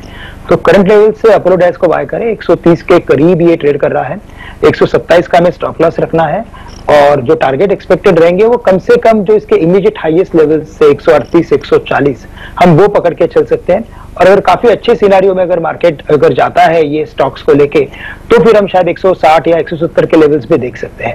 लेकिन वेरी शॉर्ट टर्म में 140 के टारगेट्स के लिए अपोलो टायर्स को बाय करें, 127 का स्टॉप लॉस रख सकते हैं। Apollo tyre. तो ऑटो के बाद ऑटो एंसिलरी स्टॉक्स के ऊपर देखिए श्रीकांत जी को की नजर है। श्रीकांत जी का सिक्का, ये देखिए ये शानदार सिक्सर श्रीकांत जी लगाते हैं और इस सेक्टर के ऊपर देखिए फोकस जरूर होना चाहिए। आज सुबह सुबह मुझे ये भी याद है, शुभम जी, आशीष चतुर्मोहता जी कह रहे थे कि उनको पसंद है हीरो मोटोकॉर्प। एक बार दिखाइए, ये ऑटो एंसिलरी स्टॉक्स में मूव बहुत ही गजब का है और पिछले कई दिनों से चंदन जी आपको लगातार कह रहे हैं कि ऑटो स्टॉक्स के ऊपर नजर होनी चाहिए और ये वो स्पेस है देखिए जो बहुत ही गजब का मूव दिखा रही है। आज ओपनिंग रिमार्क्स में देखिए मुदित जी ने भी कहा ऑटो पर फोकस करिए, गाबा साहब ने भी देखिए इसका हिंट दिया, मयूरेश जी भी आपको इसका हिंट दे रहे हैं। तो ऑटो एंसिलरी शेयर ये वो सेक्टर है जो बढ़िया प्रदर्शन दिखाता हुआ। एक एक ऑटो एंसिलरी स्टॉक बाकी के एक्सपर्ट से भी पूछता हूं। टायर सेक्टर तो बढ़िया है ही। गाबा साहब, कोई ऑटो एंसिलरी स्टॉक जो आपके रडार पर आया हो प्लीज बताइए, क्योंकि यहां पर एक्शन काफी जबरदस्त देखने को मिल रहा है, चाहे वो अपोलो टायर हो, 2 दिन पहले हम लोग बालकृष्ण इंडस्ट्रीज की बात कर रहे थे, वहां पर भी एक्शन था। चलो मैं मदरसन सुमी की बात करता हूँ। बताइए सर। मुझे लगता है कि शायद एक यहाँ पर मिले टारगेट होगा, मेरे ख्याल से 118 का, स्टॉप होगा 112 का। मुझे लगता है कि शायद मदरसन सुमी का आपको मिले, यहाँ पर अच्छा आपको मिला है और 2 दिन का जो मूव मिला है कल का और आज का, ये लगता है कि रनिंग करेक्शन की तरह अंदाजा दे रहा है। एक अच्छा आपको मिल सकता है मदरसन सुमी। तो ये मदरसन सुमी अगर आप देखें 114 पे ऑटो एंसिलरी स्पेस में प्रकाश जी की पहली कॉल होगी। अच्छा, पैनल से, जैसे हेमंत ने कहा, पैनल से पूछते हैं। श्रीकांत जी, आप फ्रंटलाइन ऑटो और ऑटो एंसिलरी में क्या लेना चाहेंगे इस फेस्टिवल सीजन को? वैसे देखिए, बिल्कुल, वैसे अपोलो टायर्स तो हमने ले लिया है, लेकिन अगर मुझे लगता है कि इसके साथ अगर किसी को जोड़ना है और जैसे मंथली नंबर्स अभी वेरी नियर बाय है, तो मुझे लगता है ये 2 स्टॉक पे हमें ध्यान देना है। सबसे पहले देना है हीरो मोटर्स के ऊपर, जो 3210 के करीब ट्रेड कर रहा है। आज हमने 10 की कमाई में ये स्टॉक को दिया था और टारगेट्स इसमें दिए थे 3400 रुपए के, क्योंकि ये स्टॉक थोड़ा वैसे वॉलेटाइल है। और इसके साथ साथ मुझे लगता है कि मारुति पे फोकस करें, क्योंकि आज इसमें ओपन इंटरेस्ट काफी गजब का बड़ा है और ये जो स्टॉक है वो यहाँ से मुझे इंडिकेट कर रहा है कि शायद ये स्टॉक 7000 या 7050 के लेवल्स को भी छू सकता है। तो मारुति में भी बाय की मोहर रहेगी और यहाँ पे हमें स्टॉप लॉस काफी नजदीक का रखना है। 6700 का स्टॉप लॉस रखें और 6950 से लेकर 7000 के टारगेट्स के लिए इसे 2 दिन के लिए राइड करें, यानी कि 1 तारीख तक हमें इसे रखना है। ठीक बात है। तो मारुति, हीरो मोटो, मदरसन सुमी, टायर स्पेस, देखिए चंदन जी कह रहे हैं इस स्पेस के ऊपर आपको बुलिश होना चाहिए। पूरा का पूरा स्पेस भागता हुआ आपको नजर आ रहा है, तो स्पेस के ऊपर फोकस करिए। यतिन भी हमारे साथ जुड़ चुके हैं, यतिन से जानते हैं डीलिंग रूम्स में आज क्या चर्चा हो रही है। यतिन बताइए। तो हेमंत, 2 स्टॉक्स जो वायदे बाजार में आज के सत्र में फोकस में रहेंगे। सबसे पहला आईसीआईसीआई बैंक, ठीक है कमजोर है, लेकिन नीचे से हमने देखा है कि काफी अच्छी इसमें बाइंग आ रही है, लोअर लेवल्स पे काफी अच्छा सपोर्ट है। हमको ये बताया जा रहा है कि नीचे में जो नीचे के स्तर है वहां एफआईआईज यहाँ एग्रेसिव बायर्स हैं। और अगर आप टारगेट की बात करें तो यहाँ डीलिंग रूम्स बीटीएससी सुझा रहे हैं 365 से लेकर 370 के टारगेट्स, और जैसे ही 364 क्रॉस करेगा डीलिंग रूम्स को एक्सपेक्टेशन ये है वायदे में कि अच्छा खासा यहाँ मोमेंटम बन सकता है। और आज बैंक निफ्टी को कहीं हद तक आईसीआईसीआई बैंक ने अपने वेटेज के हिसाब से सपोर्ट दिया है निचले स्तरों से।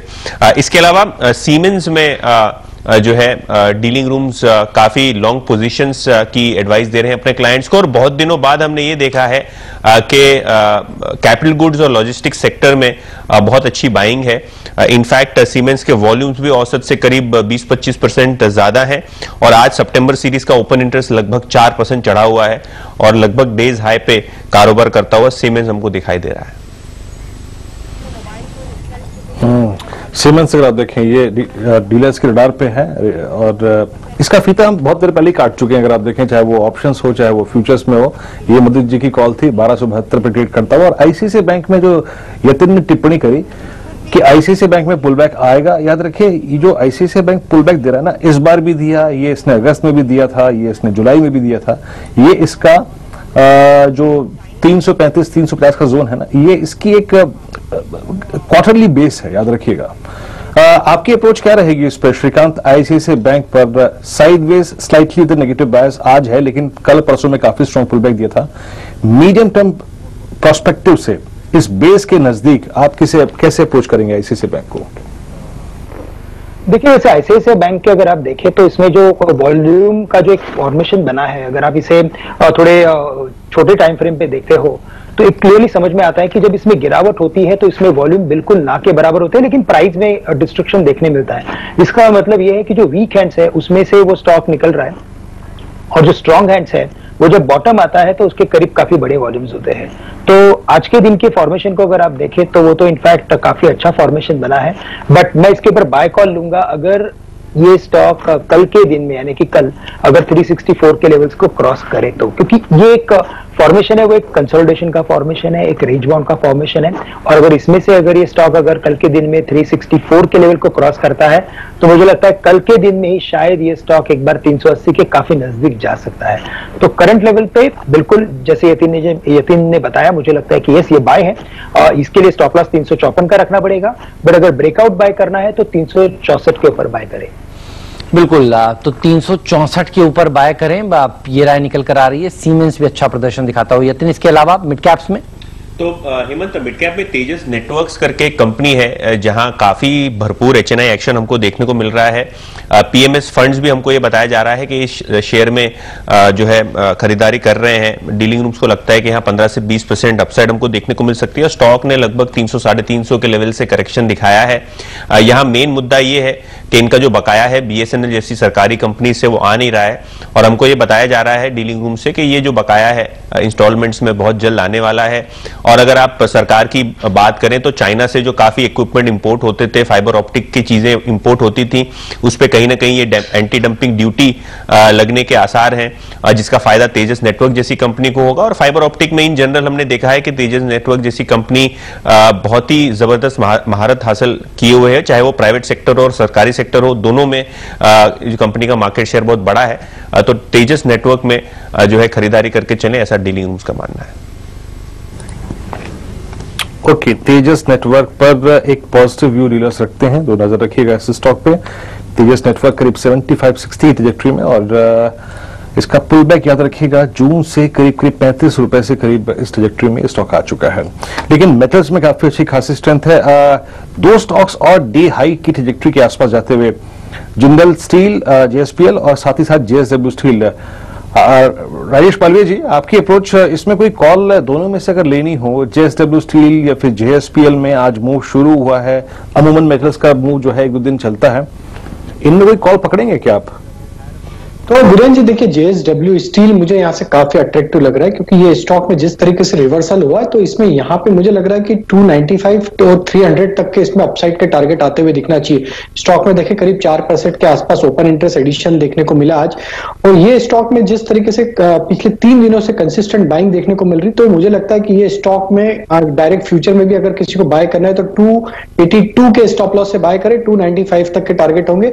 ऑप्शन में मुझे जो अट्रैक्टिव लग रहा है वो 290 का इसका ऑप्शन काफी अच्छा लग रहा है। देखें तो ड्यूरिंग द डे एक बार स्टॉक ने जो ऑप्शन ने हाई बनाया था करीब 12 रुपए का, उसके बाद वापस ये स्विंग हाई क्रॉस किए, और जिस तरीके की रिकवरी स्टॉक में हुई है, मुझे लग रहा है ये स्टॉक जब 295 की तरफ मूव करेगा तो ये ऑप्शन के जो टारगेट आना चाहिए वो 18 रुपए तक के टारगेट आते हुए दिखना चाहिए। अभी 12 रुपए के आसपास ट्रेड कर रहा है, इसमें 9 रुपए के स्टॉप लॉस से इस ऑप्शन को बाय करें 290 के, और टारगेट होंगे 18 रुपए तक के। ठीक बात है। तो देखिए इसमें जबरदस्त मूव देखने को मिल रहा है। JSW स्टील, थोड़ी देर पहले भी देखिए इसकी चर्चा हो रही थी, JSPL की बात हो रही थी, और ये सारे के सारे स्टॉक्स अच्छा प्रदर्शन दिखाते हुए आपको नजर आ रहे हैं। थोड़ी देर में भसीन जी के भरोसेमंद शेयर आपके सामने पेश करेंगे, उसके बाद BTST STBT आइडियाज भी होंगे। लेकिन देखिए क्लियरली सेकंड हाफ में मेटल्स ने देखिए लीड ली है और अच्छा प्रदर्शन दिखाते हुए बाजार वापस से वॉलेटाइल हो रहे हैं।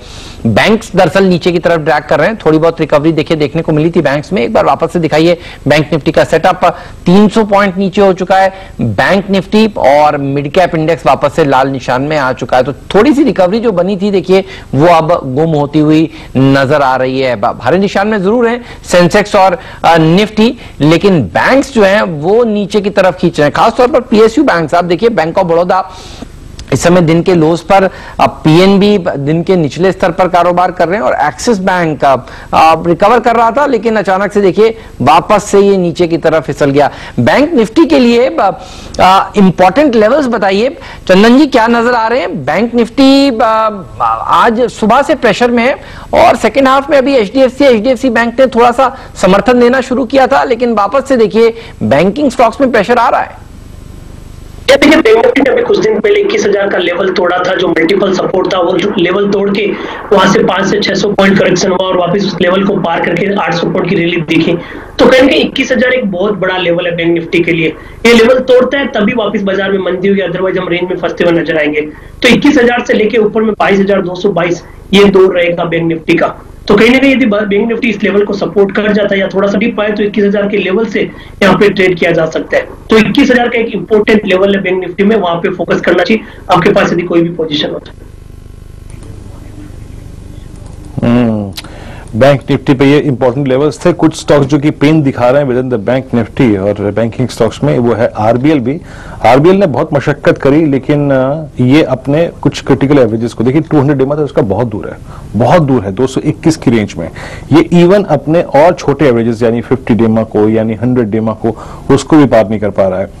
इस पर एक टेक दीजिएगा राजेश पालवे जी, अगर शॉर्टिंग के कैंडिडेट ये मान के चलना हो या फिर कोई पुट ऑप्शन सिक्योर करनी हो, इसमें आपकी राय क्या है? या फिर मैं पूछूं दूसरे तरीके से कि the weakest structure with in the bank Nifty वो कौन सा है जिस पर आपकी नजर रहेगी, शॉर्ट के प्रोस्पेक्टिव से या फिर पुट के प्रोस्पेक्टिव से? बिल्कुल, आपने RBL बैंक जो पॉइंट आउट किया वो स्टॉक का स्ट्रक्चर तो वीक ही है, और स्टॉक में जो रिकवरी हुई थी पिछले 2 दिनों में वो आज एग्जैक्टली उसका जो डाउन स्लोपिंग ट्रेंड लाइन है वहीं से उसने एक रेजिस्टेंस लेके वापस से करेक्टिव एक्शन बनते हुए दिख रहा है। तो मुझे लगता है कि अगर बैंकिंग स्पेस में यहाँ से वीकनेस अगर बढ़ती है, तो वैसे भी अंडर परफॉर्मेंस ऑलरेडी आज देखने को मिल रहा है, तो यहाँ से मुझे लगता है कि बैंकिंग स्पेस में अंडर परफॉर्मेंस हो सकती है। और तो आरबीएल में 160 का पुट जो कि करीब चल रहा है अभी 6 रुपए के आसपास, ये बाय किया जा सकता है क्योंकि स्टॉक थोड़ा नेचर में वोलेटाइल है, तो मेरे हिसाब से पुट लेके ही इसको ट्रेड करना चाहिए। तो 6 रुपए के आसपास ये ट्रेड कर रहा है, इसमें 4 रुपए का स्टॉप लॉस रखे और 9 रुपए तक के 9 से 11 रुपए तक के टारगेट आते हुए दिखना चाहिए, क्योंकि जिस तरीके से स्टॉक ने एग्जैक्टली इसके ट्रेंड लाइन से रेजिस्टेंस लेके सप्लाई बनता हुआ दिख रहा है, मुझे लगता है वापस ये स्टॉक एक बार लोअर साइड में 164 की तरफ आता हुआ दिखना चाहिए। उस समय हमें लगता है ये पुट के टारगेट जो 9 और 11 हम सजेस्ट कर आते हुए दिखना चाहिए। राइट तो आरबीएल बैंक इसके ऊपर नजर रखिए। बैंक निफ्टी अब 325 पॉइंट नीचे है। आप देखिए जो रिकवरी थी वो पूरी तरह से गुम होती हुई नजर आ रही है। सेंसेक्स और निफ्टी दोनों ही लाल निशान में इस समय फिसल चुके हैं। बाप चलिए भसीन साहब को जोड़ते हैं, जानते हैं भसीन जी के भरोसेमंद शेयर कौन से हैं। भसीन साहब गुड आफ्टरनून, बताइए कल की पोजीशंस को रिव्यू करिए और आज कौन कौन से आइडियाज आपके सामने आए हैं वो भी शेयर करिए प्लीज। हाँ, गुड आफ्टरनून हेमंत, आपको भी और विजेंदर को भी। कल मेरा टॉप पिक था एचडीएफसी और एनटीपीसी। एनटीपीसी थोड़ा अंडर परफॉर्म कर रहा है और बने रहिए। HDFC is an out performer और आज एचडीएफसी यहाँ क्लोज हो गया तो सर यहाँ से 150 रुपए की तेजी है। HDFC is the most valuable stock to be bought at these levels in the financials. और जैसे आपने देखा mortgage business is going, it will report very very robust numbers. तो I reiterate a buy in HDFC at any decline and add to your position। Hemant ji, मैं 2 दिन से आपको कह रहा था 165 रुपए का भाव था जिंदल स्टील का और 159 रुपए का भाव था हिंडाल्को। आज देखिए मेटल्स में क्या तेजी है। 195 बिक गया जिंदल स्टील और 175 बिक गया, 177 बिक गया Hindalco. I continue to think metals will be outperform. तो आज मेरी दोनों कॉल मेटल्स के ऊपर हैं, which are little bit risky but they are going to be outperforming in the next week 10 days. बिल्कुल सर, तो बताइए ये 2 मेटल स्टॉक्स हैं जिसपे आप इस समय बुलिश हैं, इनको खरीद लिया जाए अभी? तो पहला है सर टाटा स्टील, 369.70 का भाव है, 363 का स्टॉप लॉस, 395 टू 400 का टारगेट।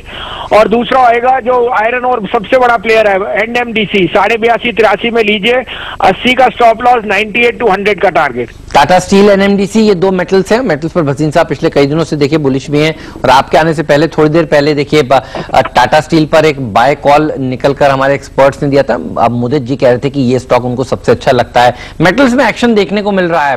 साफ तौर पर देखिए ये वो स्पेस है जो इस समय आउट परफॉर्म कर रहा है। तो भसीन जी के भरोसेमंद शेयर फिर से 2 मेटल्स, और पिछली बार भी जब मेटल्स बताए थे अगले दिन मुझे याद है बहुत ही तगड़ी रैली मेटल्स में देखने को मिली थी। इनफैक्ट वीरू देखिए ऐसे ढीले बाजार में ये स्पेस दरअसल आउट परफॉर्मेंस दिखा रहा है। हिंडाल्को की बात गाबा साहब ने शुरुआत में करी और अभी अभी जेएसपीएल पर भी देखिए राय दी राजेश पालिया साहब ने, और अब टाटा स्टील एनएमडीसी दोनों पर राय आती हुई। अभी अभी मयूरेश जी भी कह रहे थे कि उनको भी उम्मीद है कि अच्छे नतीजे ये स्पेस पेश करेगा। बहुत बहुत शुक्रिया भसीन साहब आज हमारे साथ जुड़ने के लिए। लेकिन मार्केट पर एक बार नजर वापस से डालते हैं वीरू, और यहाँ पे प्रेशर जो है वो गहराता हुआ नजर आ रहा है। डाउ फ्यूचर्स जो मैं अभी बता रहा था 25 पॉइंट ही नीचे रह गया है, उसने दरअसल वापस से गोता खाया है और अब वो 75 पॉइंट नीचे कारोबार करता हुआ नजर आ रहा है। तो शुरुआत में हम लोग कह रहे थे नजर होनी चाहिए डाउ फ्यूचर्स पर और इंडिया विक्स पर। तो डॉक्टर साहब एक बार फिर से दिखाइए इंडिया विक्स कहां पर इस समय ट्रेड करता हुआ आपको नजर आएगा।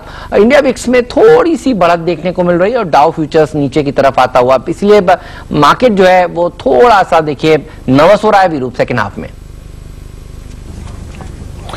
इवेंट है हेमंत, इवेंट के मद्देनजर ये नर्वस हो गई, लेकिन आई थिंक आज जो चीज स्क्रीन पे अच्छी लग रही है वो है मेटल्स स्टॉक स्पेसिफिक होने के बाद, और रिलायंस काफी स्ट्रांग है और साथ ही साथ सीमेंट स्पेस काफी अच्छा खासा स्ट्रांग नजर आ रहा है। थोड़ा सा अगर आप देखें तो एक लेवल का जिस पर निफ्टी पर आपको ख्याल रखना है वो है 11,150, 11,170, that is 50 day exponential moving average, और उसको प्रोटेक्ट करने के लिए रिलायंस काफी, अगर आप देखें काफी हद तक कंट्रीब्यूट कर रहा है। लेकिन याद रखिए कल वेडनेसडे है। राजेश जी, मैं आपसे एक लॉजिकल प्रश्न पूछता हूं। कल प्रेसिडेंशियल कैंडिडेट्स की स्पीच है, उसके बाद तर्क, और उनके अगर आप देखें जो स्पीच होगी उस पर मार्क्स भी दिए जाएंगे, उस पर वर्ल्ड मार्केट्स रिएक्ट भी करेंगे निफ्टी के स्ट्रक्चर को देखते हुए। और याद रखिएगा वेडनेसडे का जो सेशन होता है हमारे लिए बहुत क्रिटिकल होता है, हम बड़े स्विंग देते हैं। अगर कोई निफ्टी की कॉल, वीकली कॉल या फिर निफ्टी बैंक की वीकली कॉल पकड़नी हो क्योंकि अब थोड़ी सी सस्ती हो गई है, टाइम वैल्यू अगर आप देखें रिड्यूस हो गई है। आप कौन सी पकड़ेंगे कॉल, निफ्टी पे और बैंक निफ्टी पर?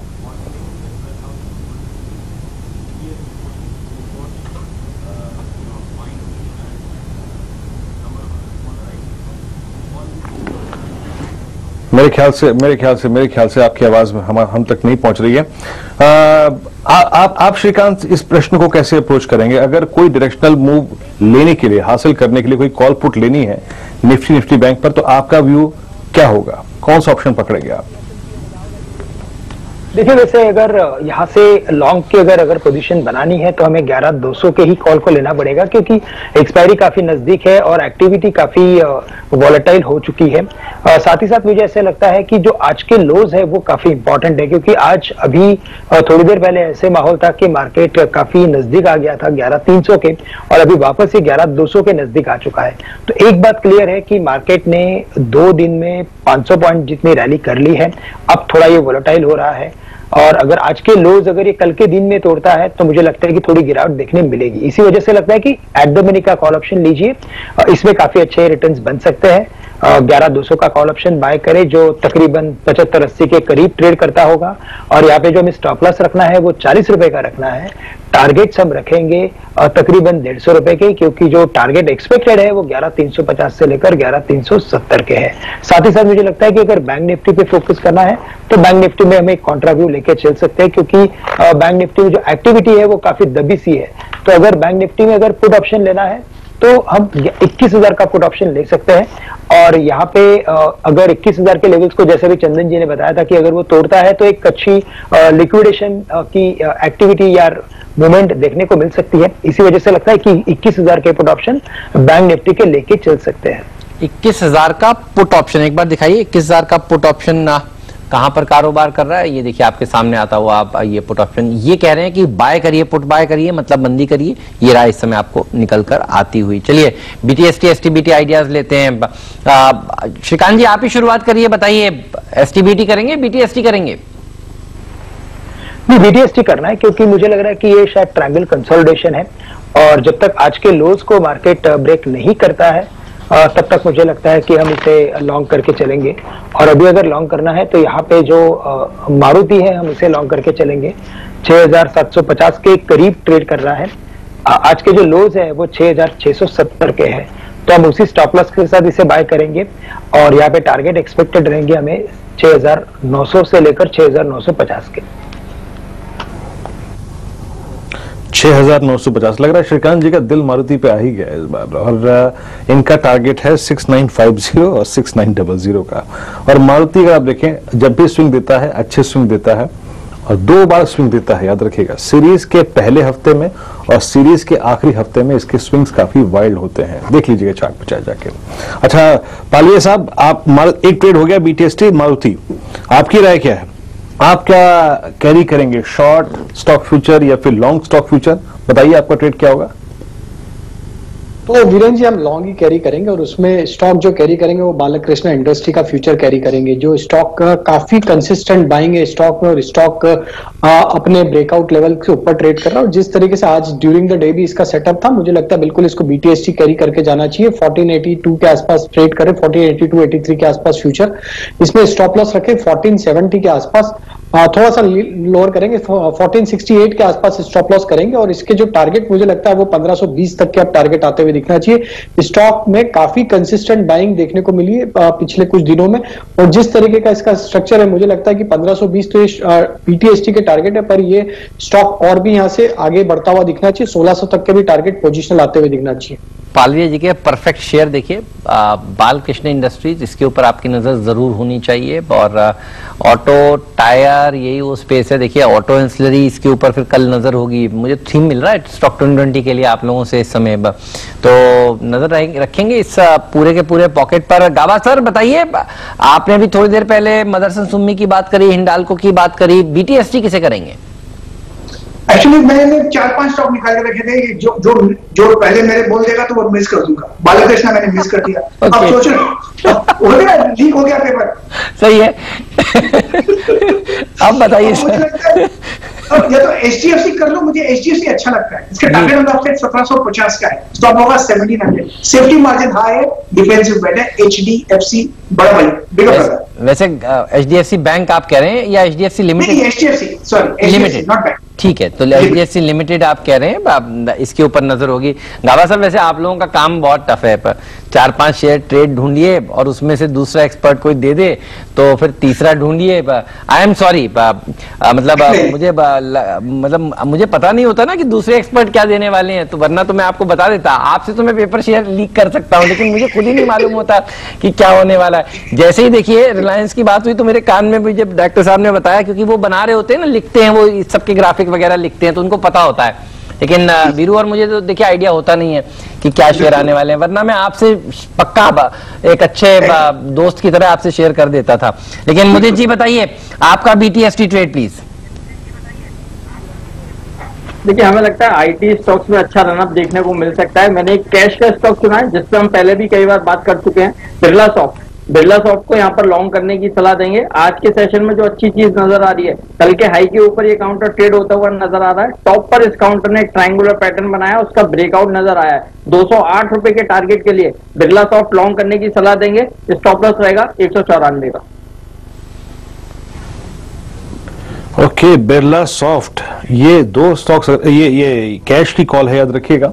और टारगेट स्टॉप लॉस डॉक्टर साहब स्क्रीन पे ले आइए, बाय करके चलना चाहेंगे। और बिरला सॉफ्ट है मुदित की कॉल। तो मारुति भी आ गया अगर आप देखें, और बिरला सॉफ्ट भी आ गया। मीनवाइल मैं इस क्रम को थोड़ा सा पॉज देकर दो स्टॉक्स पे आपका ध्यान देना चाहूंगा। मदरसन सुमी, अभी प्रकाश जी की कॉल थी, ये भी हाई पर आ गया है।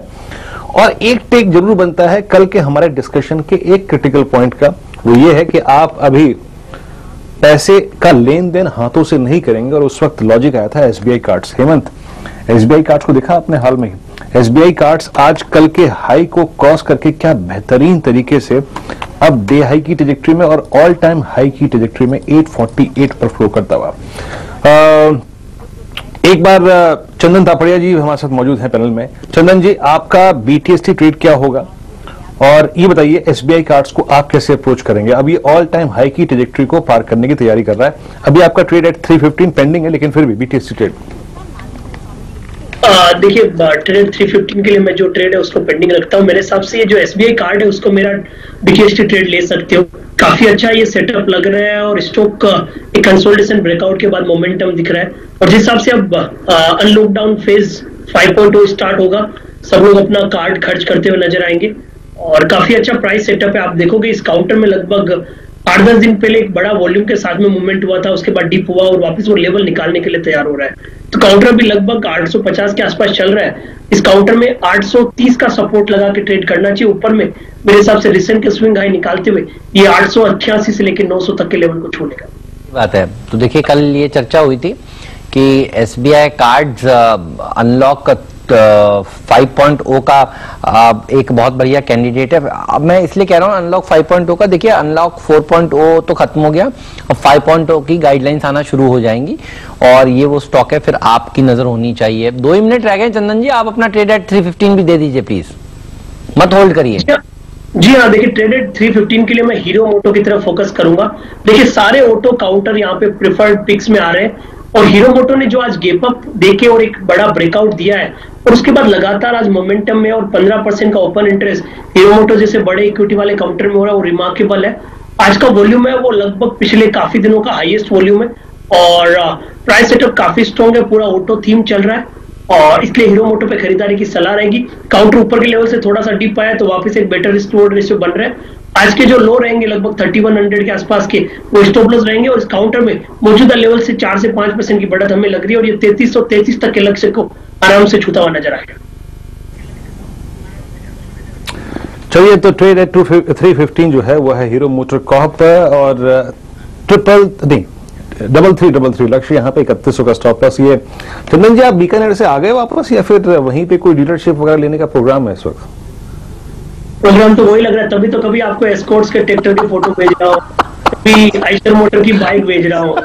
तो क्या है कि चार्ट के साथ कन्विक्शन पूरा आपको पास कर रहा हूँ, और मैं बस वेट कर रहा हूँ कि एस्कॉर्ट जो टारगेट दिया था 1350 का वो छू जाए, तो आपको जो वो चंदन के महकते शेर वाला जो फोटो है ना, वैसा ड्रेस बना के आपको फोटो भेजूँ। सही है। तो ये वीरू आपने ऐसा क्यों पूछा, क्योंकि इतने सारे पिक्चर्स भेजे हैं इसीलिए ये हमने रिक्वेस्ट करी थी चंदन जी से। चंदन जी आप आपके बगल में जो भी आपको दिख रहा हो प्लीज पिक्चर्स भेजिए ताकि गांव की फीलिंग देखिए, चैनल पर भी आए। रूरल थीम है जो चल रहा है आप देखिए, और हमारे रूरल थीम के जो ब्रांड एम्बेसडर हैं वो चंदन जी हैं। अच्छा, सारी चीज कवर कर ली इन्होंने, टू व्हीलर्स कवर कर लिया, कमर्शियल व्हीकल्स, पैसेंजर व्हीकल एक रह गया चंदन जी। आप किसी दिन वो भी अगर आप देखिए कंप्लीट कर दीजिए आप। स्कॉर्पियो, हालांकि सबसे अच्छी तस्वीर जो थी ना वो थी वो ट्रैक्टर वाली। अभी तो जैसा सबसे अच्छी तस्वीर है ना, तो पैसेंजर व्हीकल अभी तो ट्रैक्टर ही है, तो इसके लिए एस्कॉर्ट, एमेंडम और एशर मोटर मेरे हिसाब से इन पे फोकस रहेंगे और हीरो मोटर बेटर है। और यहाँ पे क्या है कि देखिए पैसेंजर व्हीकल है वो तो मुंबई आने के बाद रिक्वायरमेंट रहेगी और उसका डिमांड तब बढ़ेगा, तो मेरे हिसाब से रूरल में टू व्हीलर और या फिर ट्रैक्टर है वो बेटर रहेगा। और इस हिसाब से रूरल एग्री का जो कोर मार्केट में जा रहा है काफी अच्छा मोमेंटम पक्का इस आने वाले क्वार्टर में ऑलमोस्ट सारे ट्रैक्टर और टू व्हीलर आपको देखने को मिलेंगे। सही बात है। तो देखिए बढ़िया स्टॉक आपने चुने हैं और इन सब ने पैसे भी खूब बनाकर दिए हैं। एक खबर आती हुई आपकी स्क्रीन पर, ब्रेकिंग न्यूज देखिए आ रही है। सीधे चलते हैं इसको समझने के लिए, हमारे साथ असीम जुड़ चुके हैं डॉक्टर साहब। जी हाँ, असीम जुड़ चुके हैं। असीम बताइए क्या खबर ब्रेक करी है आपने अभी? हेमंत, देखिए खबर है कि रिलायंस जियो से जुड़ी हुई है। रिलायंस जियो ने जो दूरसंचार विभाग है उसको चिट्ठी लिखी है और ये कहा है कि जो स्पेक्ट्रम है उसकी नीलामी जो है जल्द से जल्द जो है वो कराई जाए। खासतौर पर जो स्पेक्ट्रम की आखिरी नीलामी जो है वो 2016 में हुई थी, तो कंपनी चाहती है कि इस दौरान जो है काफी ज्यादा डाटा की में ग्रोथ जो है वो देखने को मिली है। तो इससे ब्रॉडबैंड सेवाएं और खासतौर पर भारत का जो डिजिटल इंडिया मिशन है उसको अगर बढ़ाना चाहती है सरकार, तो स्पेक्ट्रम की नीलामी जो है वो जल्द से जल्द कराए। और अगर सरकार स्पेक्ट्रम की नीलामी दिसंबर 2020 से पहले जो है वो करा लेती है तो सरकार को भी इससे रिवेन्यू होगा। सरकार को अपफ्रंट जो है 25,000 करोड़ रुपए की आय जो है हो सकती है। तो कंपनी ने सरकार से को चिट्ठी लिखी है और मांग की है कि आप स्पेक्ट्रम की नीलामी जो है जल्द से जल्द कराएं ताकि सारी कंपनी इसमें पार्टिसिपेट जो है वो कर सके, स्पेक्ट्रम ले सके, अपनी सर्विसेज जो है उसको एक्सपेंड जो है वो कर सके, और जो अगर कोई कनेक्टिविटी की 4G को लेकर के कोई प्रॉब्लम आ रही है तो उसको दूर जो है वो कर सके, तो जिससे कि जो इन्वेस्टर्स है उनका भरोसा भी जो है नेटवर्क पर रहे, कंपनियों पर रहे। तो इसलिए स्पेक्ट्रम नीलामी जो है सरकार जल्द से जल्द करे। ओके, तो रिलायंस जियो ने दूर संचार विभाग को ये चिट्ठी लिखी है कि स्पेक्ट्रम नीलामी जल्द से जल्द होनी चाहिए। ठीक बात भी है। 25,000 करोड़ रुपए आप बता रहे हैं कि सरकार को इससे मिलेंगे और सरकार को भी पूंजी की जरूरत है, तो सरकार को भी इससे देखिए फटाफट पैसा मिलता हुआ दिखेगा। तो अब देखते हैं दूर संचार विभाग की तरफ से क्या जवाब आता है। लेकिन ये बढ़िया खबर देखिए, और ये बता रहा है कि टेलीकॉम में ग्रोथ किस तरह से हो रही है। जो कंपनियां हैं वो मांग कर रही हैं ज्यादा से ज्यादा स्पेक्ट्रम उनको चाहिए। देखिए ये खुद बताता है कि दरअसल ग्रोथ और सब्सक्राइबर का एडिशन कितना जबरदस्त हो रहा है असीम इस समय। जी सही कहा आपने। देखिए अब आखिरी नीलामी जो है वो 2016 में हुई थी और उसके बाद 4 साल जो है बीत चुके हैं, उसके बाद में कोई नीलामी जो है वो देखने को हमको जो है वो नहीं मिली है। तो करीबन सरकार के पास जो स्पेक्ट्रम है, अगर रिजर्व प्राइस की अगर बात करूं तो 4 लाख करोड़ रुपए के आसपास का वो स्पेक्ट्रम है। तो कंपनी ये चाहते हैं कि सरकार उसको अपने पास रखे, उसको वेस्ट करे और उस रिसोर्स को उससे अच्छा की कंपनियों को अलॉट जो है, कंपनियों को ऑक्शन के जरिए जो है दे दिया जाए, जिससे कंपनी अपने नए ग्राहक जो है वो भी जोड़ पाएंगी। और जो जैसे सरकार का एक ये मिशन है कि वो डिजिटल इंडिया को बढ़ावा देना चाहती है, ब्रॉडबैंड मिशन को बढ़ावा देना चाहती है। हर जैसे खासतौर पे अभी फिलहाल देखिए कोविड-19 के चलते अधिकतर लोग जो है वर्क फ्रॉम होम जो है वो कर रहे हैं, तो जो टेलीकॉम कंपनी है उनके नेटवर्क के ऊपर भी बोझ जो है पड़ा। तो अगर स्पेक्ट्रम की नीलामी होती है तो कंपनियों के नेटवर्क के ऊपर से बोझ जो है वो कम हो जाएगा, कंपनियों के पास एडिशनल स्पेक्ट्रम जो है और वो रहेगा। तो और खासतौर पे की ग्रोथ जो है कंपनियों को देखने को पिछले कई सालों के अंदर जो है वो भी देखने को मिली है। अगर मैं रिलायंस जियो की बात करूं तो करीबन 35 करोड़ से 40 करोड़ ग्राहक जो है कंपनी ऑलरेडी बना चुकी है और काफी तेजी से ग्राहक बनाने की दिशा में आगे बढ़ रही है। और आने वाले टाइम में जो 5G आने वाला है स्पेक्ट्रम, वो भी इसके नीलामी के अंदर जो ऑप्शन जो है वो किया जाएगा। तो कंपनियों के पास ये चांस भी होगा कि वो आगे चल करके 5G सर्विसेज जो है ग्राहकों को जो है मुहैया करा पाए। बिल्कुल सही बात है। देखिए बेटर सर्विसेज देनी है तो स्पेक्ट्रम ज्यादा होना चाहिए और नीलामी जैसा कि असीम आपको बताते 2016 में हुई थी और अब वापस से मांग कर रहा है रिलायंस जो नई नीलामी की। शुक्रिया आपका इस जानकारी के लिए। ये एक्सक्लूसिव खबर आपको CNBC आवाज पर देखने को मिल रही है और रिलायंस इंडस्ट्रीज वो स्टॉक है देखिए जो मजबूती के साथ इस समय खड़ा हुआ है। कंपनी कह रही है कि हम इस समय ज्यादा से ज्यादा स्पेक्ट्रम चाहिए और इसलिए देखिए ये स्टॉक जो है ऐसे मार्केट में करीब 1.25% ऊपर ट्रेड करता हुआ नजर आ रहा है। इवन रिलायंस इंडस्ट्रीज का पार्टी पेड स्टॉक भी दिखा दीजिए, इस पर थोड़ी देर पहले भी चर्चा हो रही थी और इसमें क्या मूव देखा जा रहा है। तो अच्छा प्रदर्शन RIL का शेयर दिखाता है। महेश जी, आपने कैसे रीड किया इस न्यूज को? दो तरीके से हेमंत जी, आई थिंक पहले तो आई थिंक रिलायंस जियो की बैलेंस शीट बहुत स्ट्रांग हो चुकी है, इसलिए आई थिंक जो स्पेक्ट्रम से खुद से मांग कर रही है, जहां पे काफी बाकी टेलीकॉम कंपनीज लिस्टेड जो है वो देख रही है और जूझ रही है अपनी स्पेक्ट्रम पे आउट्स को लेके, जो उनको देना है वापस in terms of the spectrum order and Supreme Court order as well. तो बैलेंस शीट स्ट्रांग होने की वजह से आई थिंक जो एक स्पेक्ट्रम की इन्होंने मांग की है, आई थिंक एक फर्स्ट मूवर एडवांटेज सा बन जाता है in terms of 5G outlay as well as I think other areas that they are probably looking at. इसलिए I think first mover advantage Reliance के साथ रह सकता है if the government accepts their request. दूसरा आई थिंक एक indirect pressure भी आता है हेमंत जी, आई थिंक दूसरे प्लेयर्स की तरफ, क्योंकि अगर स्पेक्ट्रम की नीलामी होती है तो other players will have to bid for that, और उनके balance sheets already I think soft या वीक हो चुके हैं and they will need additional burden to be taken up. और लेवरेज अगर बढ़ता है तो आई थिंक बैलेंस शीट की डेट और डेट इक्विटी रेशियोज और कैश फ्लोज पे इंपैक्ट आता है। तो आई थिंक एक ड्यूअल इंपैक्ट में देखता हूं I think with this move that Reliance is planning. Positive जरूर है I think if this is allotted, capex जरूर जाएगा but that anyway had to go, but they can garner greater amount of spectrum as well as market share gains with additional pressure दूसरे companies के balance sheet के ऊपर। तो आई think एक smart move मानूंगा मैं रिलायंस की तरफ से। जी स्मार्ट मूव रिलायंस अगर आप देखें टेक्निकली काफी स्ट्रांग, टेक्निकली काफी बातचीत भी हुई है, ऑप्शंस के मद्देनजर बातचीत हुई है, और मयूरेश का आपने अगर आप देखें इस खबर के ऊपर उनकी प्रतिक्रिया भी सुनी। प्रकाश सर, एक चीज ऐड कर दीजिएगा, आपका मदरसन सुमी जो है वो 116.25 पे आ गया है अक्टूबर फ्यूचर्स, इस पर सर कोई टेक प्रॉफिट को कैश में कन्वर्ट कर लें या कैरी कर लें इसको? मुझे अब भी अच्छा लगता है 118 पॉसिबल है, स्टॉक होगा 114, लेकिन partial booking of profit advisable, बाकी को ले जाइए, पैसा घर ले आने में कभी किसी का नुकसान नहीं हुआ, लेकिन जो पैटर्न हुआ है मुझे लगता है बहुत बढ़िया फ्रेश ब्रेकआउट मिला है 114 पर, वो कभी 120 भी ले जाएगा, मुझे लगता है कल ये अच्छा भागेगा मदरसन सुमी। बिल्कुल, तो मदरसन सुमी पर देखिए प्रकाश जी का मिडास ट्रस्ट, प्रकाश जी प्रकाश डालें और शेयर ना चले। आज पहला देखिए प्रकाश डाला था इन्होंने शो में हिंडाल्को में, बाजार देखिए ऊपर से नीचे है, हिंडाल्को का चार्ट देखिए ऊपर है। प्रकाश जी कुछ तो है, मतलब गजब है। आप ऐसे ही थोड़ा ना हम लोग कहते रहते हैं, प्रकाश जी का जो दिमाग है देखिए कंप्यूटर से भी तेज चलता है। और क्या मतलब आपने कॉल दिया आज हिंडाल्को डेज हाई पर, मदरसन सुमी डेज हाई पर, ये सारा का सारा जो ऑटो एंसिलरी जो पैक है वो मूव कर रहा है। कल सुबह सुबह वीरू आपको बता दूं होगा ये कि सारी रिपोर्ट्स आएंगी ब्रोकरेज हाउसेस की, आप सारे चैनलों पर सुनेंगे ब्रोकरेज हाउसेस के व्यूज क्या हैं। 8 साढ़े 8 बजे आपको यतिन भी लिंक दे रहे होंगे, बता रहे होंगे CNBC आवाज पर मुनाफे की तैयारी में कि एक्सपेक्टेशंस क्या हो रही हैं, और सब लोग यही बता रहे होंगे कि ट्रैक्टर की डिमांड बढ़िया होने वाली है, 2 व्हीलर्स की डिमांड अच्छी होने वाली है। और देखिए यही उम्मीद के चलते आप देख रहे हैं चंदन जी का हीरो मोटोकॉर्प देखिए भाग रहा है, और इवन ऑटो एंसिलरी शेयरों में अच्छी रैली देखने को मिल रही है। तो ये एक ट्रेड है जो लोग ले रहे हैं। एस्कॉर्ट्स की बात भी कर लेते हैं, और चंदन जी से ही बात करनी होगी एस्कॉर्ट्स की। देखिए ये भी मूव कर रहा है, सबसे अच्छा प्रदर्शन अगर देखने को मिलेगा तो ट्रैक्टर से देखने को मिलेगा, ये एक उम्मीद है बाजार में। इसलिए आप सेकंड हाफ में देखिए हल्के हल्के हल्के करके एस्कॉर्ट जो है वो दिन के हाईज पर जाने की कोशिश करता हुआ। चंदन जी आपका अल्टीमेट टारगेट बताइए इस पर। जी देखिए अल्टीमेट 1100 से हम इसमें कंटिन्यूसली कन्विक्शन के साथ रिकमेंडेशन कर रहे हैं, और जो टारगेट है वो 1350 है। 1350 ज्यादा दूर नहीं है, 30 रुपए यहां से दूर है, जो लगभग आप देखोगे 2.5-3% है, बट उसके ऊपर निकलते मेरा नया बड़ा टारगेट 1500 का आ जाएगा। बट एज ऑफ नाउ हम 1300 के लिए वेट करना चाहेंगे, काउंटर को मौजूदा लेवल पे खरीदे। मेरे हिसाब से जो स्ट्रक्चर बना है वो गेप अप होता हुए नजर आएगा। 1295 का स्टॉप लॉस, 1350 1355 तक के टारगेट मेरे हिसाब से कल खुलते ही नजर आ जाएंगे। राइट, तो इसके ऊपर रखिएगा नजर आप।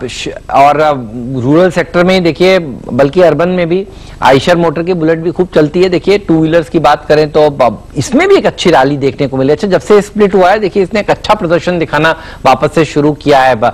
इसमें भी देखिए दिखाइए डायरेक्टर साहब, आइशर मोटर में भी क्या कुछ मूव देखने को मिल रहा है, क्योंकि कल 2 व्हीलर्स, ट्रैक्टर्स, फार्म इक्विपमेंट वाली कंपनियां ये सब फोकस में रहेंगी, इवन पैसेंजर व्हीकल्स फोकस में रहेंगी। और कल मैं इसलिए कह रहा हूं फोकस में रहेंगे क्योंकि परसों 1 तारीख बृहस्पतिवार को दरअसल आंकड़े आ जाएंगे। शुक्रवार को भारतीय बाजार बंद है, ध्यान रखिए 4 दिन का ही हफ्ता है। आइशर मोटर ने भी अच्छा प्रदर्शन दिखाया। मयूरेश जी आपको भी ये पसंद है बाइक इनकी बुलेट? सर बाइक तो पसंद है, बट आपके पीछे होके मैं चलूंगा सर, इसका वादा आपने दिया था। हाँ सर बिल्कुल, मैं आऊंगा एक दिन आपको वीकेंड पर राइड लेने के दिलाने के लिए। आपकी पर्सनैलिटी पे लेकिन सूट करेगी। अरे सर, आप रहेंगे तो रहेगा सर, इसमें दो रहेंगे। आइशर अच्छा प्रदर्शन आज के सत्र में दिखाता हुआ। मोदी जी चार्ट चेक करके बताइए कैसा लगता है आपको ये स्टॉक?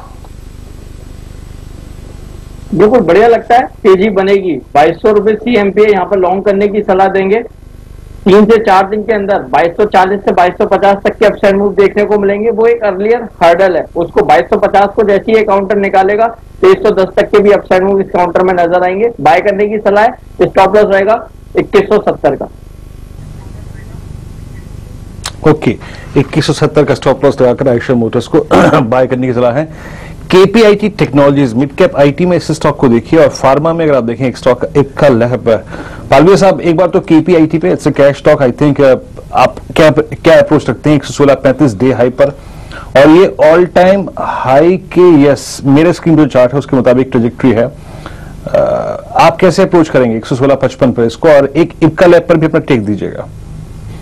तो वीरेंद्र जी काफी अच्छा वॉल्यूम एक्शन अभी इसमें देखने को मिला है। पिछले आधे घंटे का अगर हम सेटअप देखें तो स्टॉक ने जिस तरीके से बाउंस दिया है लोअर साइड से कंसोलिडेशन के बाद, मुझे लगता है KPIT टेक को बिल्कुल कैरी करके जाए BTST ट्रेड, और जिस तरीके का चार्ट सेटअप है मुझे लगता है तो मोमेंटम और भी इसमें कंटिन्यू रहेगा।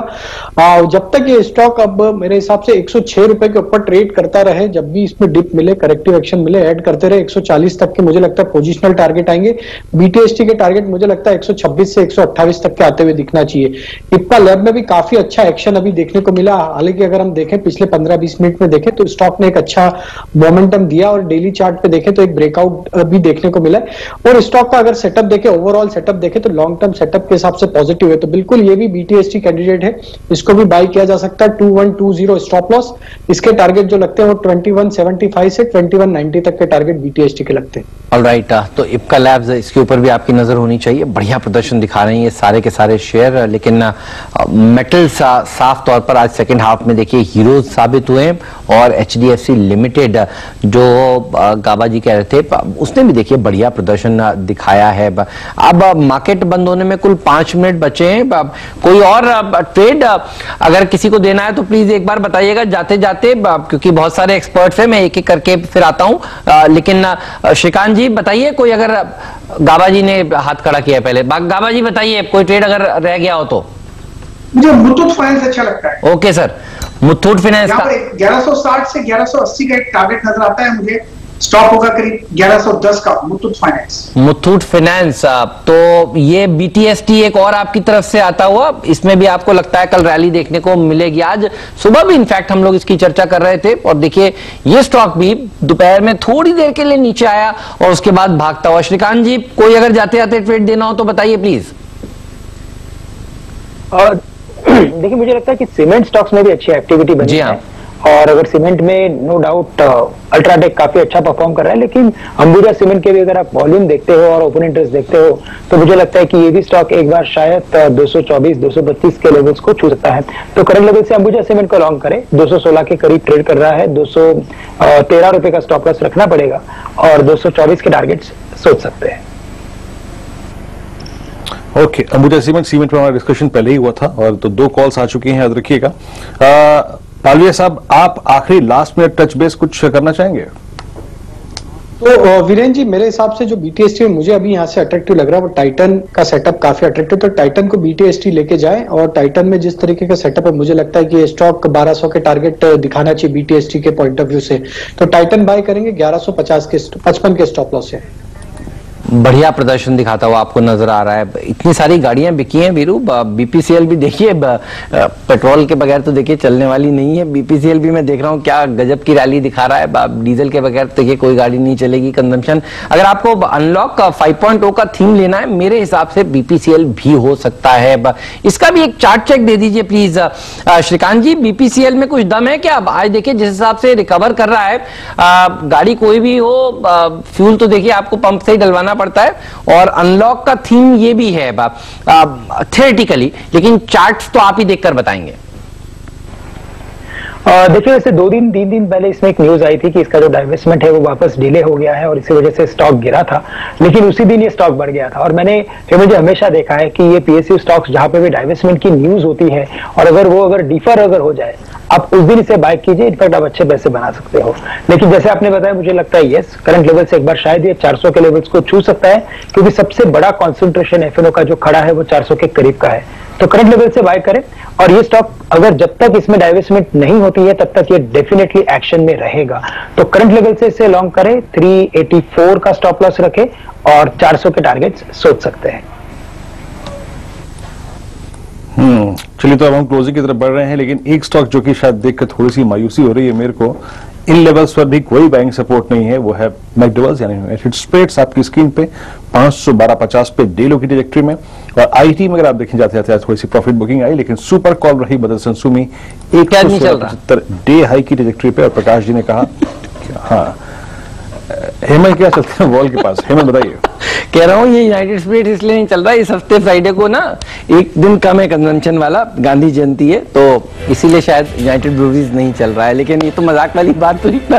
आप देखिए बाजार ने आज किस तरह का प्रदर्शन दिखाया। ये बैंक निफ्टी प्रॉब्लमेटिक एरिया है, तो 200 पॉइंट नीचे जाकर देखिए ये बंद हो रहा है, और निफ्टी फ्लैट जाकर समाप्त हुआ है। तो गैप अप खुला, उसके बाद दिन भर देखिए संभलने की कोशिश हुई, आरआईएल की वजह से ये संभला है, लेकिन 11,200 के ऊपर की क्लोजिंग अच्छी मानी जाएगी। मिड कैप इंडेक्स भी एक समय था जब थोड़ा ज्यादा लाल निशान में था, सेकेंड हाफ में थोड़ा सा कमबैक इन्होंने दिखाने की कोशिश करी, लेकिन सबसे ज्यादा दिक्कत देखिए यहीं पर है। और सबसे बढ़िया प्रदर्शन अगर निफ्टी में कोई स्टॉक दिखा रहा था तो आरआईएल ही आपको दिखा रहा था। 1% की रैली यहाँ पर अच्छी देखने को मिली है। खबर भी आई है, इन्होंने मांग करी है डीओटी से, सरकार से आप कह सकते हैं कि इनको ज्यादा स्पेक्ट्रम चाहिए और स्पेक्ट्रम की नीलामी फिर क्यों ना की जाए।